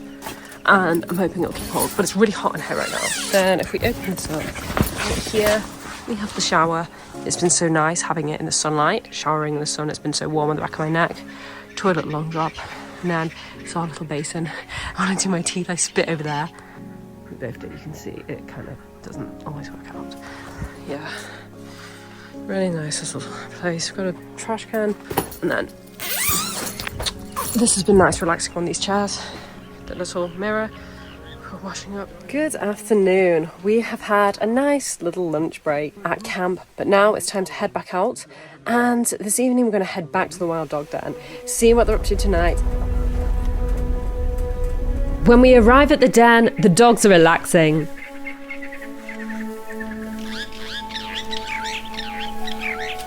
We recognise the alpha female who's sitting at the entrance to the den.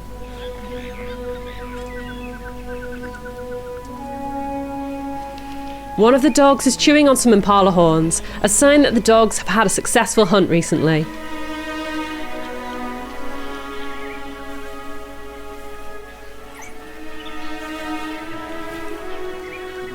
As the temperature starts to cool, the dogs start to get active.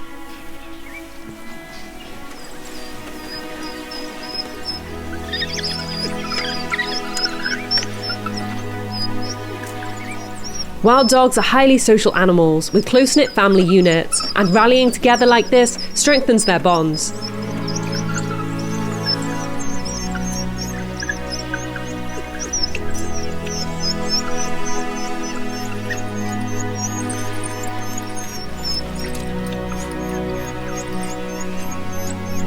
As the dogs greet each other excitedly, I notice tiny puppies emerging from the den.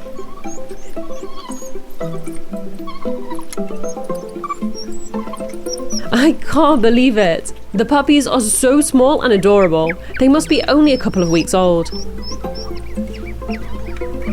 The pack seems overjoyed with the puppies, each dog trying to get close to them. All members of the pack will typically help with the raising of pups.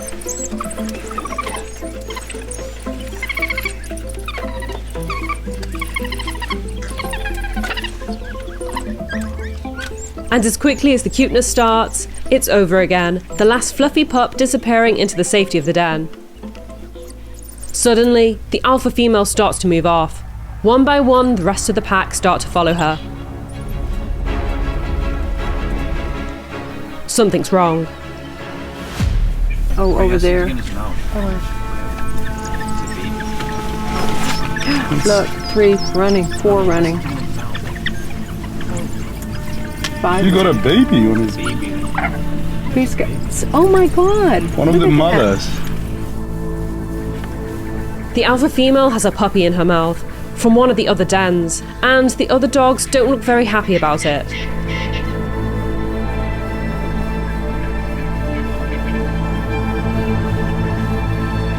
What happens next completely shocks me. If you're a sensitive viewer, you may wish to skip this next scene. Let's get back there.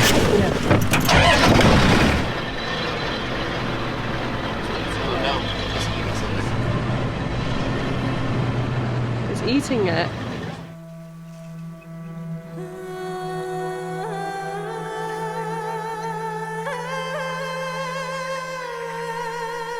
It's a grim sight.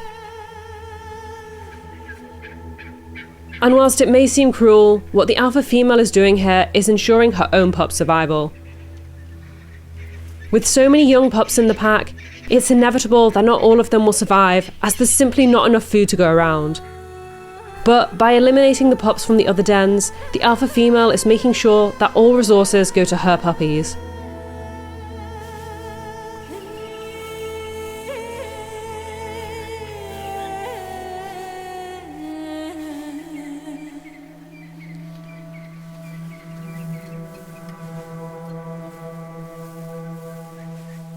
Knowing why this is happening doesn't make it any easier to watch. This is by far the most shocking thing I have ever seen on safari. That was one of the craziest things I've ever seen on safari. It's hard to watch, but yeah, this is nature. They can do some crazy things, and wow, what a sighting. Our guide tells us that what we've just witnessed is extremely rare to see. And in all his years of being a safari guide, he's never seen it happen before. I feel a lot of different emotions right now. Once all the evidence of what's just taken place is gone, the alpha female settles down to rest, and the rest of the pack go out hunting. The setting sun is our cue to head back to camp for the night.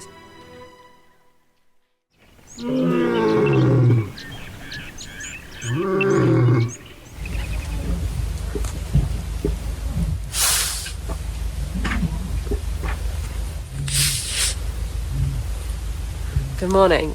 It is 5:30 AM and I am just getting ready in the tent, and there are lions roaring all around me. I heard some, like over there, they sounded quite distant.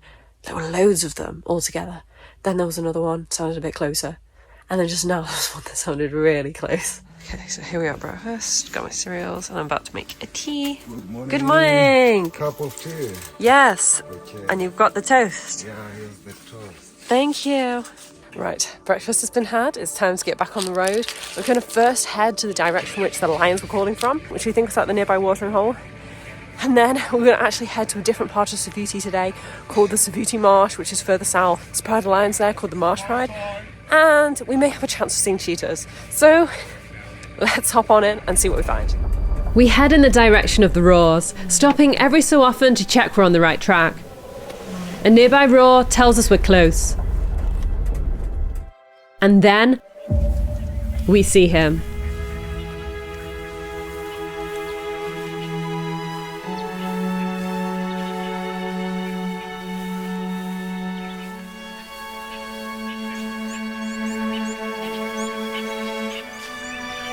This stunning male is known as Waziba. He's one of the 4 dominant males of the Northern Pride, known as the Renegades. We found him on his morning patrol of his territory.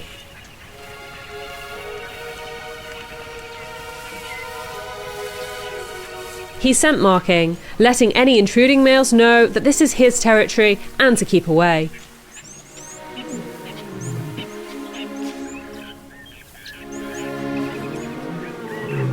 He roars as he goes, letting his presence be known to all.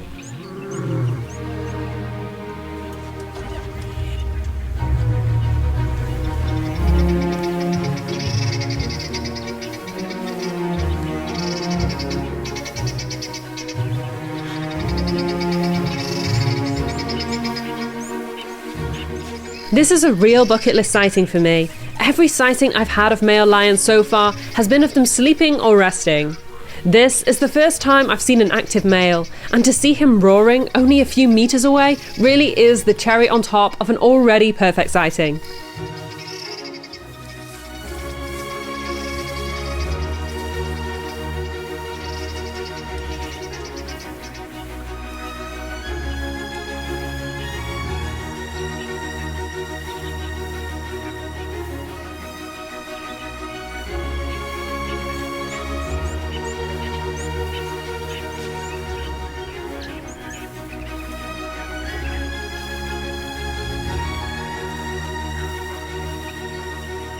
We leave him to continue his patrol alone and begin our couple of hour drive south towards the Savuti Marsh.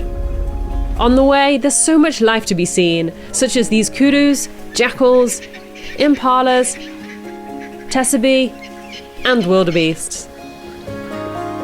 One of my favourite sightings is of these adorable dwarf mongooses.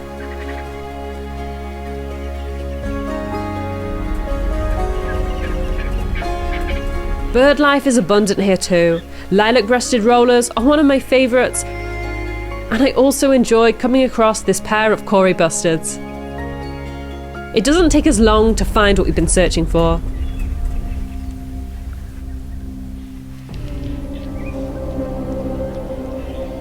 This is Garm, one of the 2 dominant males of the Marsh Pride. He's guarding a wildebeest kill that was likely made by the Pride last night. We notice movement around 100 metres away and so go to investigate. I can't believe it. It's more members of the Marsh Pride with another wildebeest kill. So we have arrived in the marsh and we have come across the Marsh Pride. There's actually 2 groups right now. Just saw a male with a kill, a wildebeest kill, and we've just come across a male and a female here, with another wildebeest kill which has a bit more meat on it. I think it was made either last night or early this morning, and we're just watching them feast here.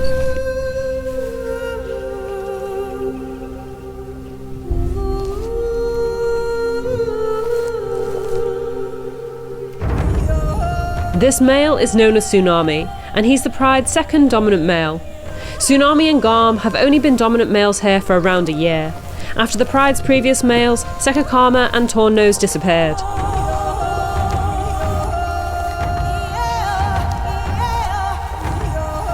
The pride is clearly doing well under their reign.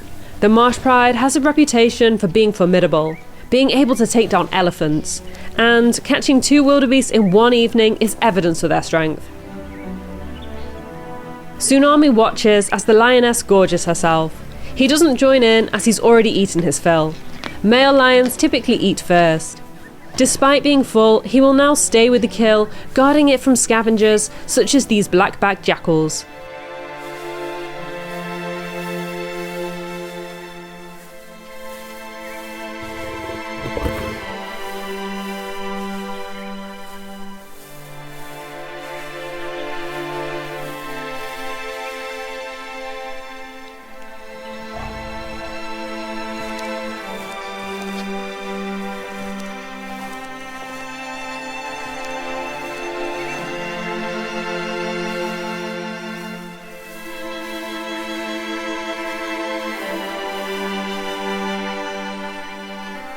Finally satisfied, the lioness seeks out some shade, keen to get out of the heat. The shade from our car seems to interest her at first.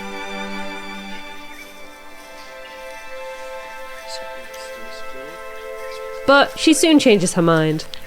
There's a bush nearby, but there's already a jackal resting under it. The lioness wants it, and she won't let a jackal stand in her way. She starts to stalk forwards.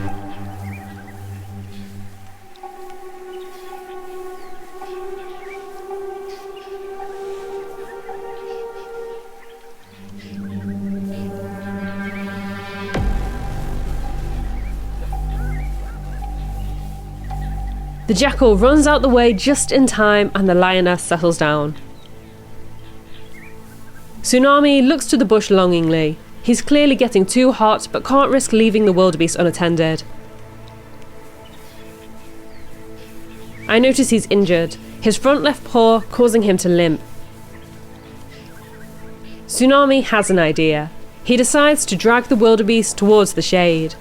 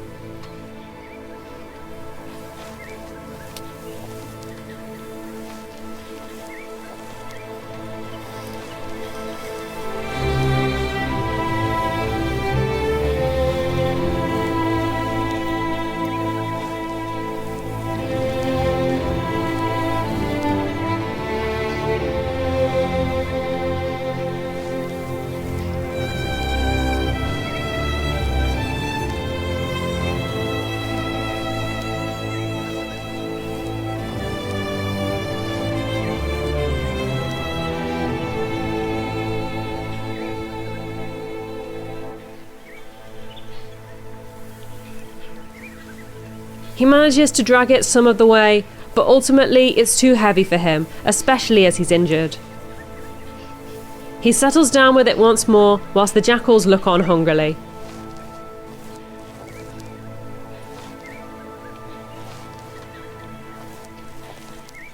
As we make our way towards Marabou Pans, we come across the lioness also heading in the same direction.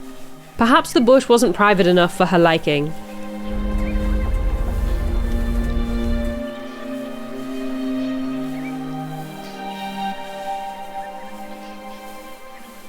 She disappears into a thick area of bush. We arrive at Marabou Pans, the location of another man-made waterhole. It's a popular spot with giraffes and elephants. As the morning starts to heat up, we gradually meander back to camp, passing some warthogs, southern ground hornbills, and ostriches on our way.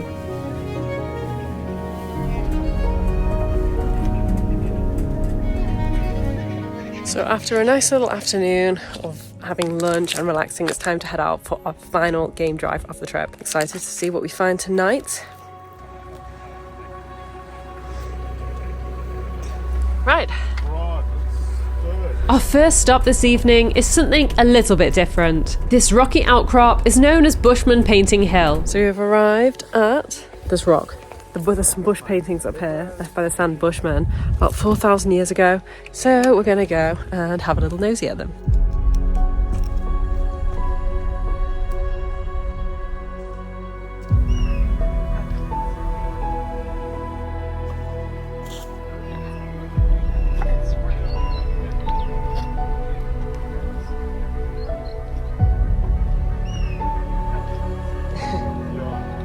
I'm going to go slowly. Yeah, that's fine. It's getting a bit slippy actually.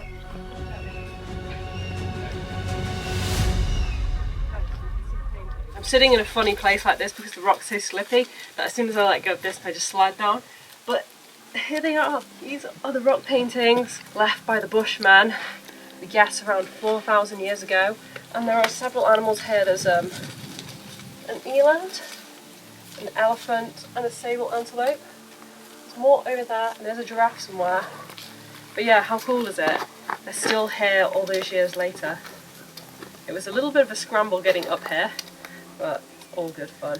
And the views from up here are absolutely incredible. I always find it so much harder getting down than getting up, but an ungraceful bum shuffle usually does the trick. I'm a fast bum shuffler. You really are. There's no time to waste, as there's somewhere we really want to be before sunset. Back on solid ground, we journey one final time to perhaps our favourite spot in Savuti.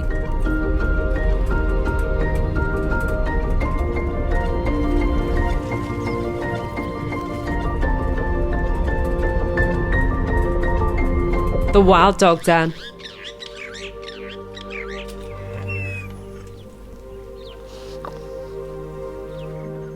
It seems we're right on time. The dogs are starting to get active. The first puppy makes tentative steps out of the den.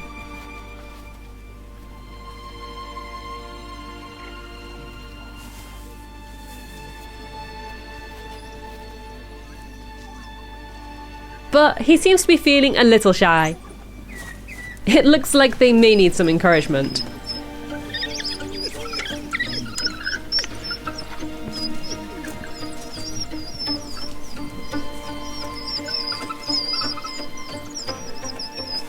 I count 9 puppies in total.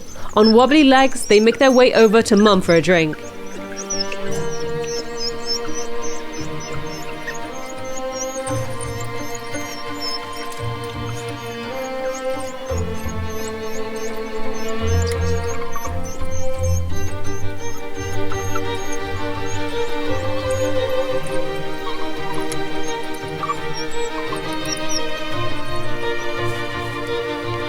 Whilst the puppies enjoy some milk, members of the pack start to arrive back from a hunt.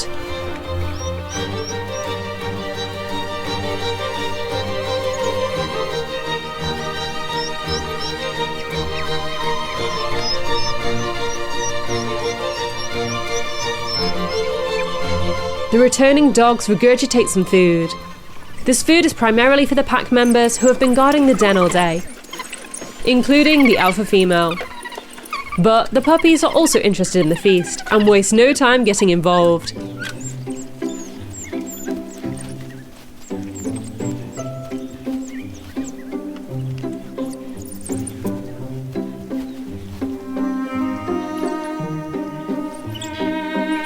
Although some pieces are just a little too big for them to handle.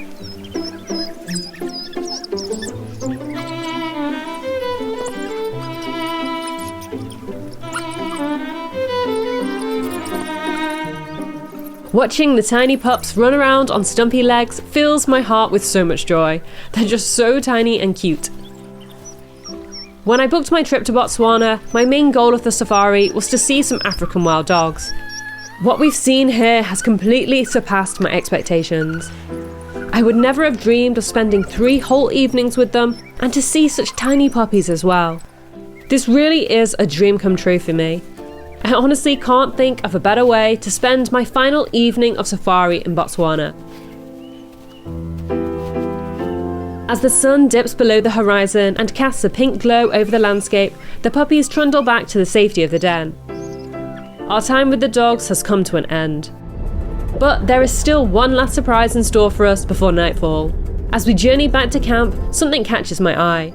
It's hard to make out in the fading light, but we've come across a honey badger. This is my first time seeing one with my own eyes and not looking at one on camera trap footage. Okay, now that's the best way to end our final evening of safari in Botswana. I feel incredibly sentimental as we wave goodbye to our amazing camp team the following morning. I just don't feel ready to leave this magical place. Savuti has absolutely taken my breath away. On our way out of Savuti, we have one last run-in with the Northern Pride, who are playing right in the main road and causing a bit of a traffic jam. It's certainly a fitting end to our time here. But whilst we may be saying goodbye to Savuti, life for the animals continues as usual. Just a few days after we left Chobe National Park, we heard some news that left me speechless. The lions of the Northern Pride had discovered the wild dog dens. As the two species compete for food, lions will kill wild dogs whenever they get the chance. They raided all the dens that they could find, killing all pups within them.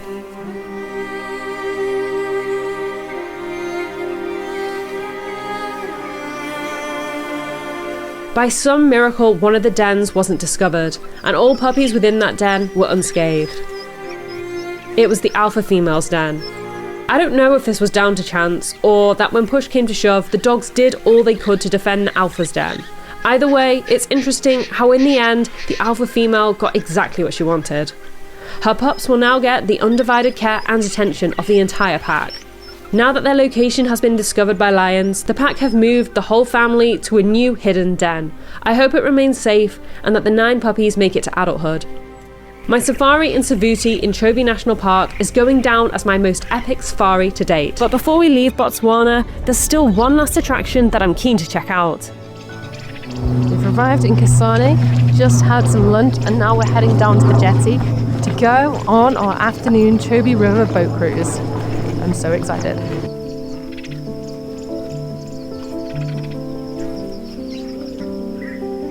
The Chobe River marks Botswana's northern border with Namibia. This means that everything on the other side of this river is Namibia. The river borders Kasane town before meandering into Chobe National Park. The river is a lifeline for an abundance of species as it flows year-round. Birds in particular love it here. It isn't long before we see just how many birds are here. We spot geese, several types of herons, and a jacana. But birds aren't the only residents here.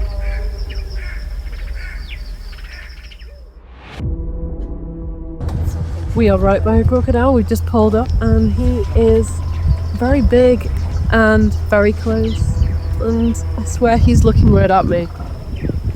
I'm not gonna lie, my heart was beating pretty quickly here. We were so close that if I'd reached my arm out, I would have touched him. Thankfully, he seemed much more interested in sunbathing than approaching us. As we're admiring the huge Nile crocodile, a smaller reptile emerges. This is a water monitor lizard. Whilst it may look no threat to the crocodile, water monitors love to feast on eggs, including crocodile eggs. And so, his presence could alarm the crocodile. We watch for a while, but the water monitor lizard decides to avoid trouble and slink away. And so, we move on.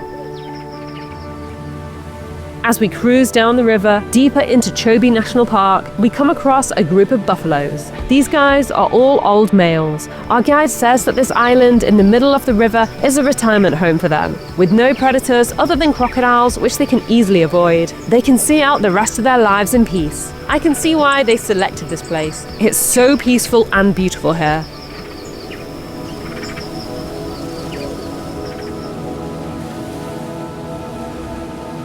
Further down the river, we stumble upon 2 huge hippos outside the water. I'm always in awe of how massive they are when I see them out the water like this.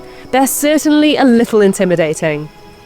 Resting near the hippos is another Nile crocodile, this one even bigger than the last. And our guide is clearly fearless as he takes us far closer than I would ever dream of.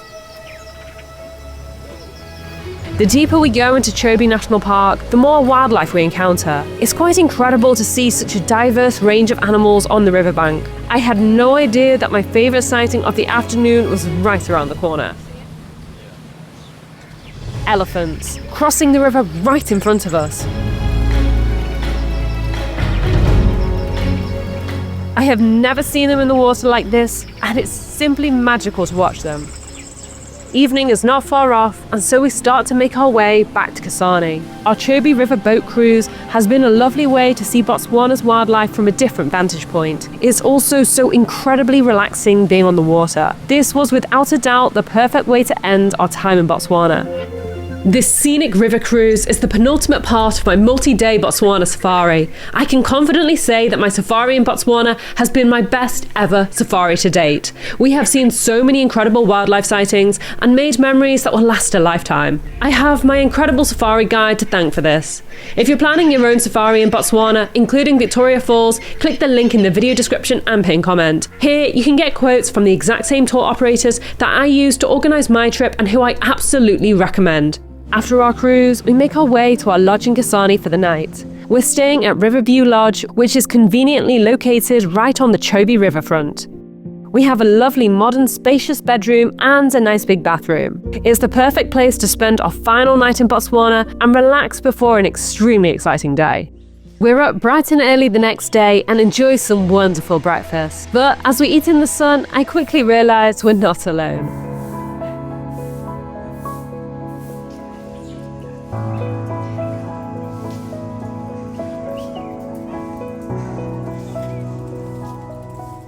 Before long, we're on the road, journeying to the border with Zimbabwe, which is a mere 10-minute drive away.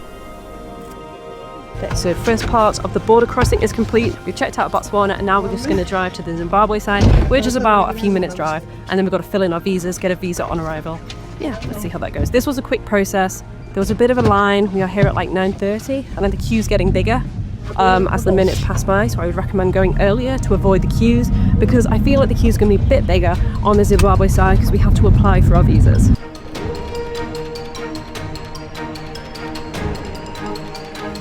Okay, part 2 is complete. We have just checked into Zimbabwe. Now it took a little bit of time because there was quite a queue of people, but when we actually got to the front, it was pretty quick for our passports to get stamped and our visa issued to us. Just had to fill a little bit of paperwork in, come prepared with your pens ready. And yeah, now it's time to drive to Victoria Falls. I am so excited.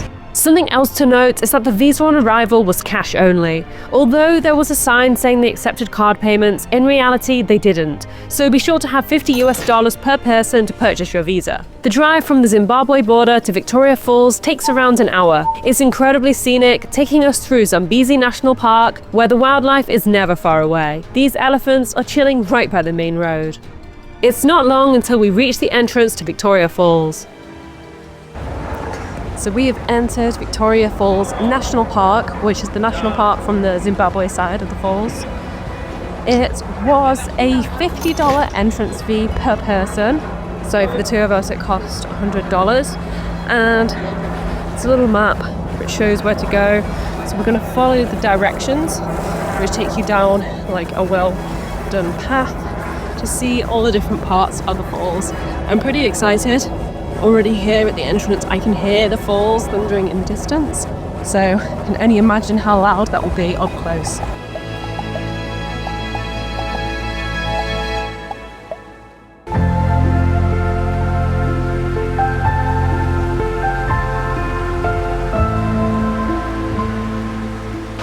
this is the start of the trail.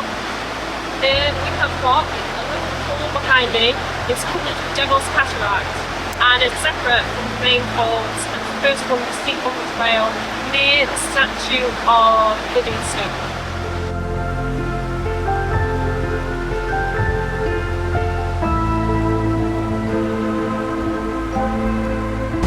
Wow. This is amazing. The second viewpoint is even more incredible than the first. allowing us our first peek at the main gorge. This is viewpoint number 2, and I don't think we've seen the main falls yet. Well, wow, I am completely blown away by this. By the time we reach the third viewpoint, the main falls are really starting to show. And with every viewpoint we reach after that, the views just get better and better.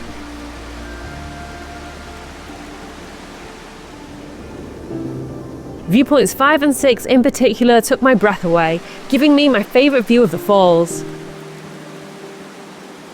I'm visiting Victoria Falls in June, where the falls are very full. At other times of the year, there isn't as much water cascading into the gorge, and at some times of year, parts of the falls dry up completely. This is something to bear in mind when planning your trip to Victoria Falls. The trail between each viewpoint leads us through beautiful rainforest, which is home to some cheeky monkeys and baboons. Definitely don't leave any of your belongings unattended, as these guys will do anything to find food.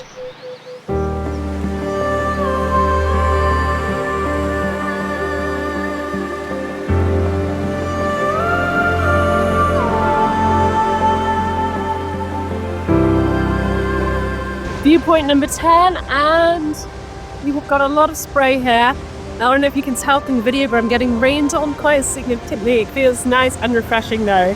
By the time we reach viewpoint 10, we're right in the thick of the falls, and our view is largely obscured by mist. The time of year that you visit the falls will have a huge impact on what each viewpoint will be like. At times of year where there isn't as much water, the view here will be clearer, although there won't be as much water to see. And here we have a wonderful view of Victoria Falls. We're here just after the wet season, so it is now June and the falls are pretty full. And one of the downsides of coming at this time of year is you can get a lot of spray, but I've not really found it hindering my experience too much because we've seen so much.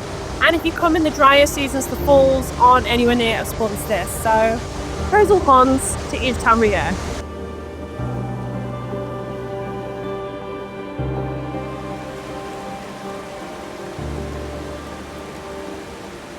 So this is viewpoint number 12. And this is by far the wettest viewpoint. It is like practically tipping it down. I can't even see you right now because the camera's completely covered and you can see the spots on the camera obscuring the view. Yeah. Oh, what a neat skirt. Oh my god, it's so wet. On to the next viewpoint. You don't know if you can see quite how wet I am. But yeah, it took a bit of a splashing back there. The next few viewpoints are all largely obscured by mist. This is the one downside of visiting the falls whilst they're at their fullest. I can imagine in a month or two that these viewpoints would be clear and provide a wonderful panorama of the falls. On to the next viewpoint. Spray is very high here. And we are being rained on quite significantly. But it's beautiful still. Quite a fun experience. Yeah. Start to see them poking through a bit. We're making our way to Danger Point, which is viewpoint 15 and the final view of the falls. This is when having a waterproof coat or poncho is really necessary, as it felt like I was under a shower. Oh wow. Oh my gosh.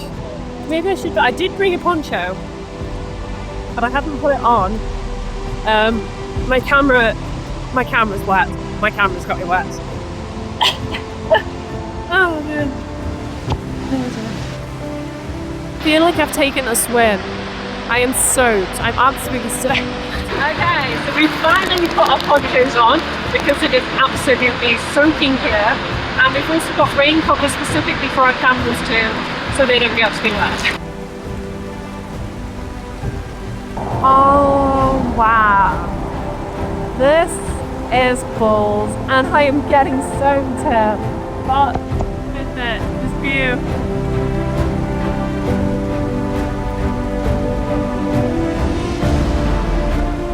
Oh my goodness, it's awesome. Oh, it is so. The gorge marks the border between Zimbabwe and Zambia. Everything on the other side of this gorge, including the rest of the falls, is in Zambia. This bridge is the main road to Zambia. It also doubles up as a bungee jumping station, but I'm not quite feeling brave enough to do that today. So that was Victorian Falls from the Zimbabwe side. It takes around 2.5 hours to conduct the walk and to really stop and see the falls from every single viewpoint. Yeah, definitely worth it. It's super impressive, and although some of the views were obstructed by spray, I would definitely recommend it this time of year because to see that much water going over is pretty spectacular. It's now time to leave Victoria Falls and continue our journey to Zambia. Okay, so we've crossed the border now from Zimbabwe into Zambia, so that's our final border crossing of the day. It was really straightforward, but we had a guy here helping us and was able to fast track us through immigration, so it took about 10 minutes. If you're a UK British citizen, you don't need a visa to enter Zambia, so that makes the process a lot smoother. So yeah, we just got our passport stamped and here we are in Zambia. Whilst you can also visit the falls from the Zambia side, we were feeling pretty whacked and so decided to spend the last hours of the day unwinding at our gorgeous hotel on the Zambezi River. We have got the nice bed here, a TV, a little table, which we've already messed up. Bedside tables out here. We have a nice view of the Zambezi River. We have tea and coffee facilities. Yay! Some cute little ornaments. Look. Tea and milk. That is great. Bed. We have fridge. Before I put something in there. Then we have space for clothes. And we have dressing gowns. I feel like one person's been forgotten about, but then in here we have got the bathroom. We've got our nice sink, toilet, little bossy washer there, and then a really big, nice shower. On our way to dinner, we are treated to an absolutely spectacular sunset. Just in front of us is the mighty Zambezi River, which looks particularly magical in this beautiful pink light. It is our final sunset here in Southern Africa, first time around in Zambia. Feels sad. It's the end of an era, but it's been one hell of a trip, hey?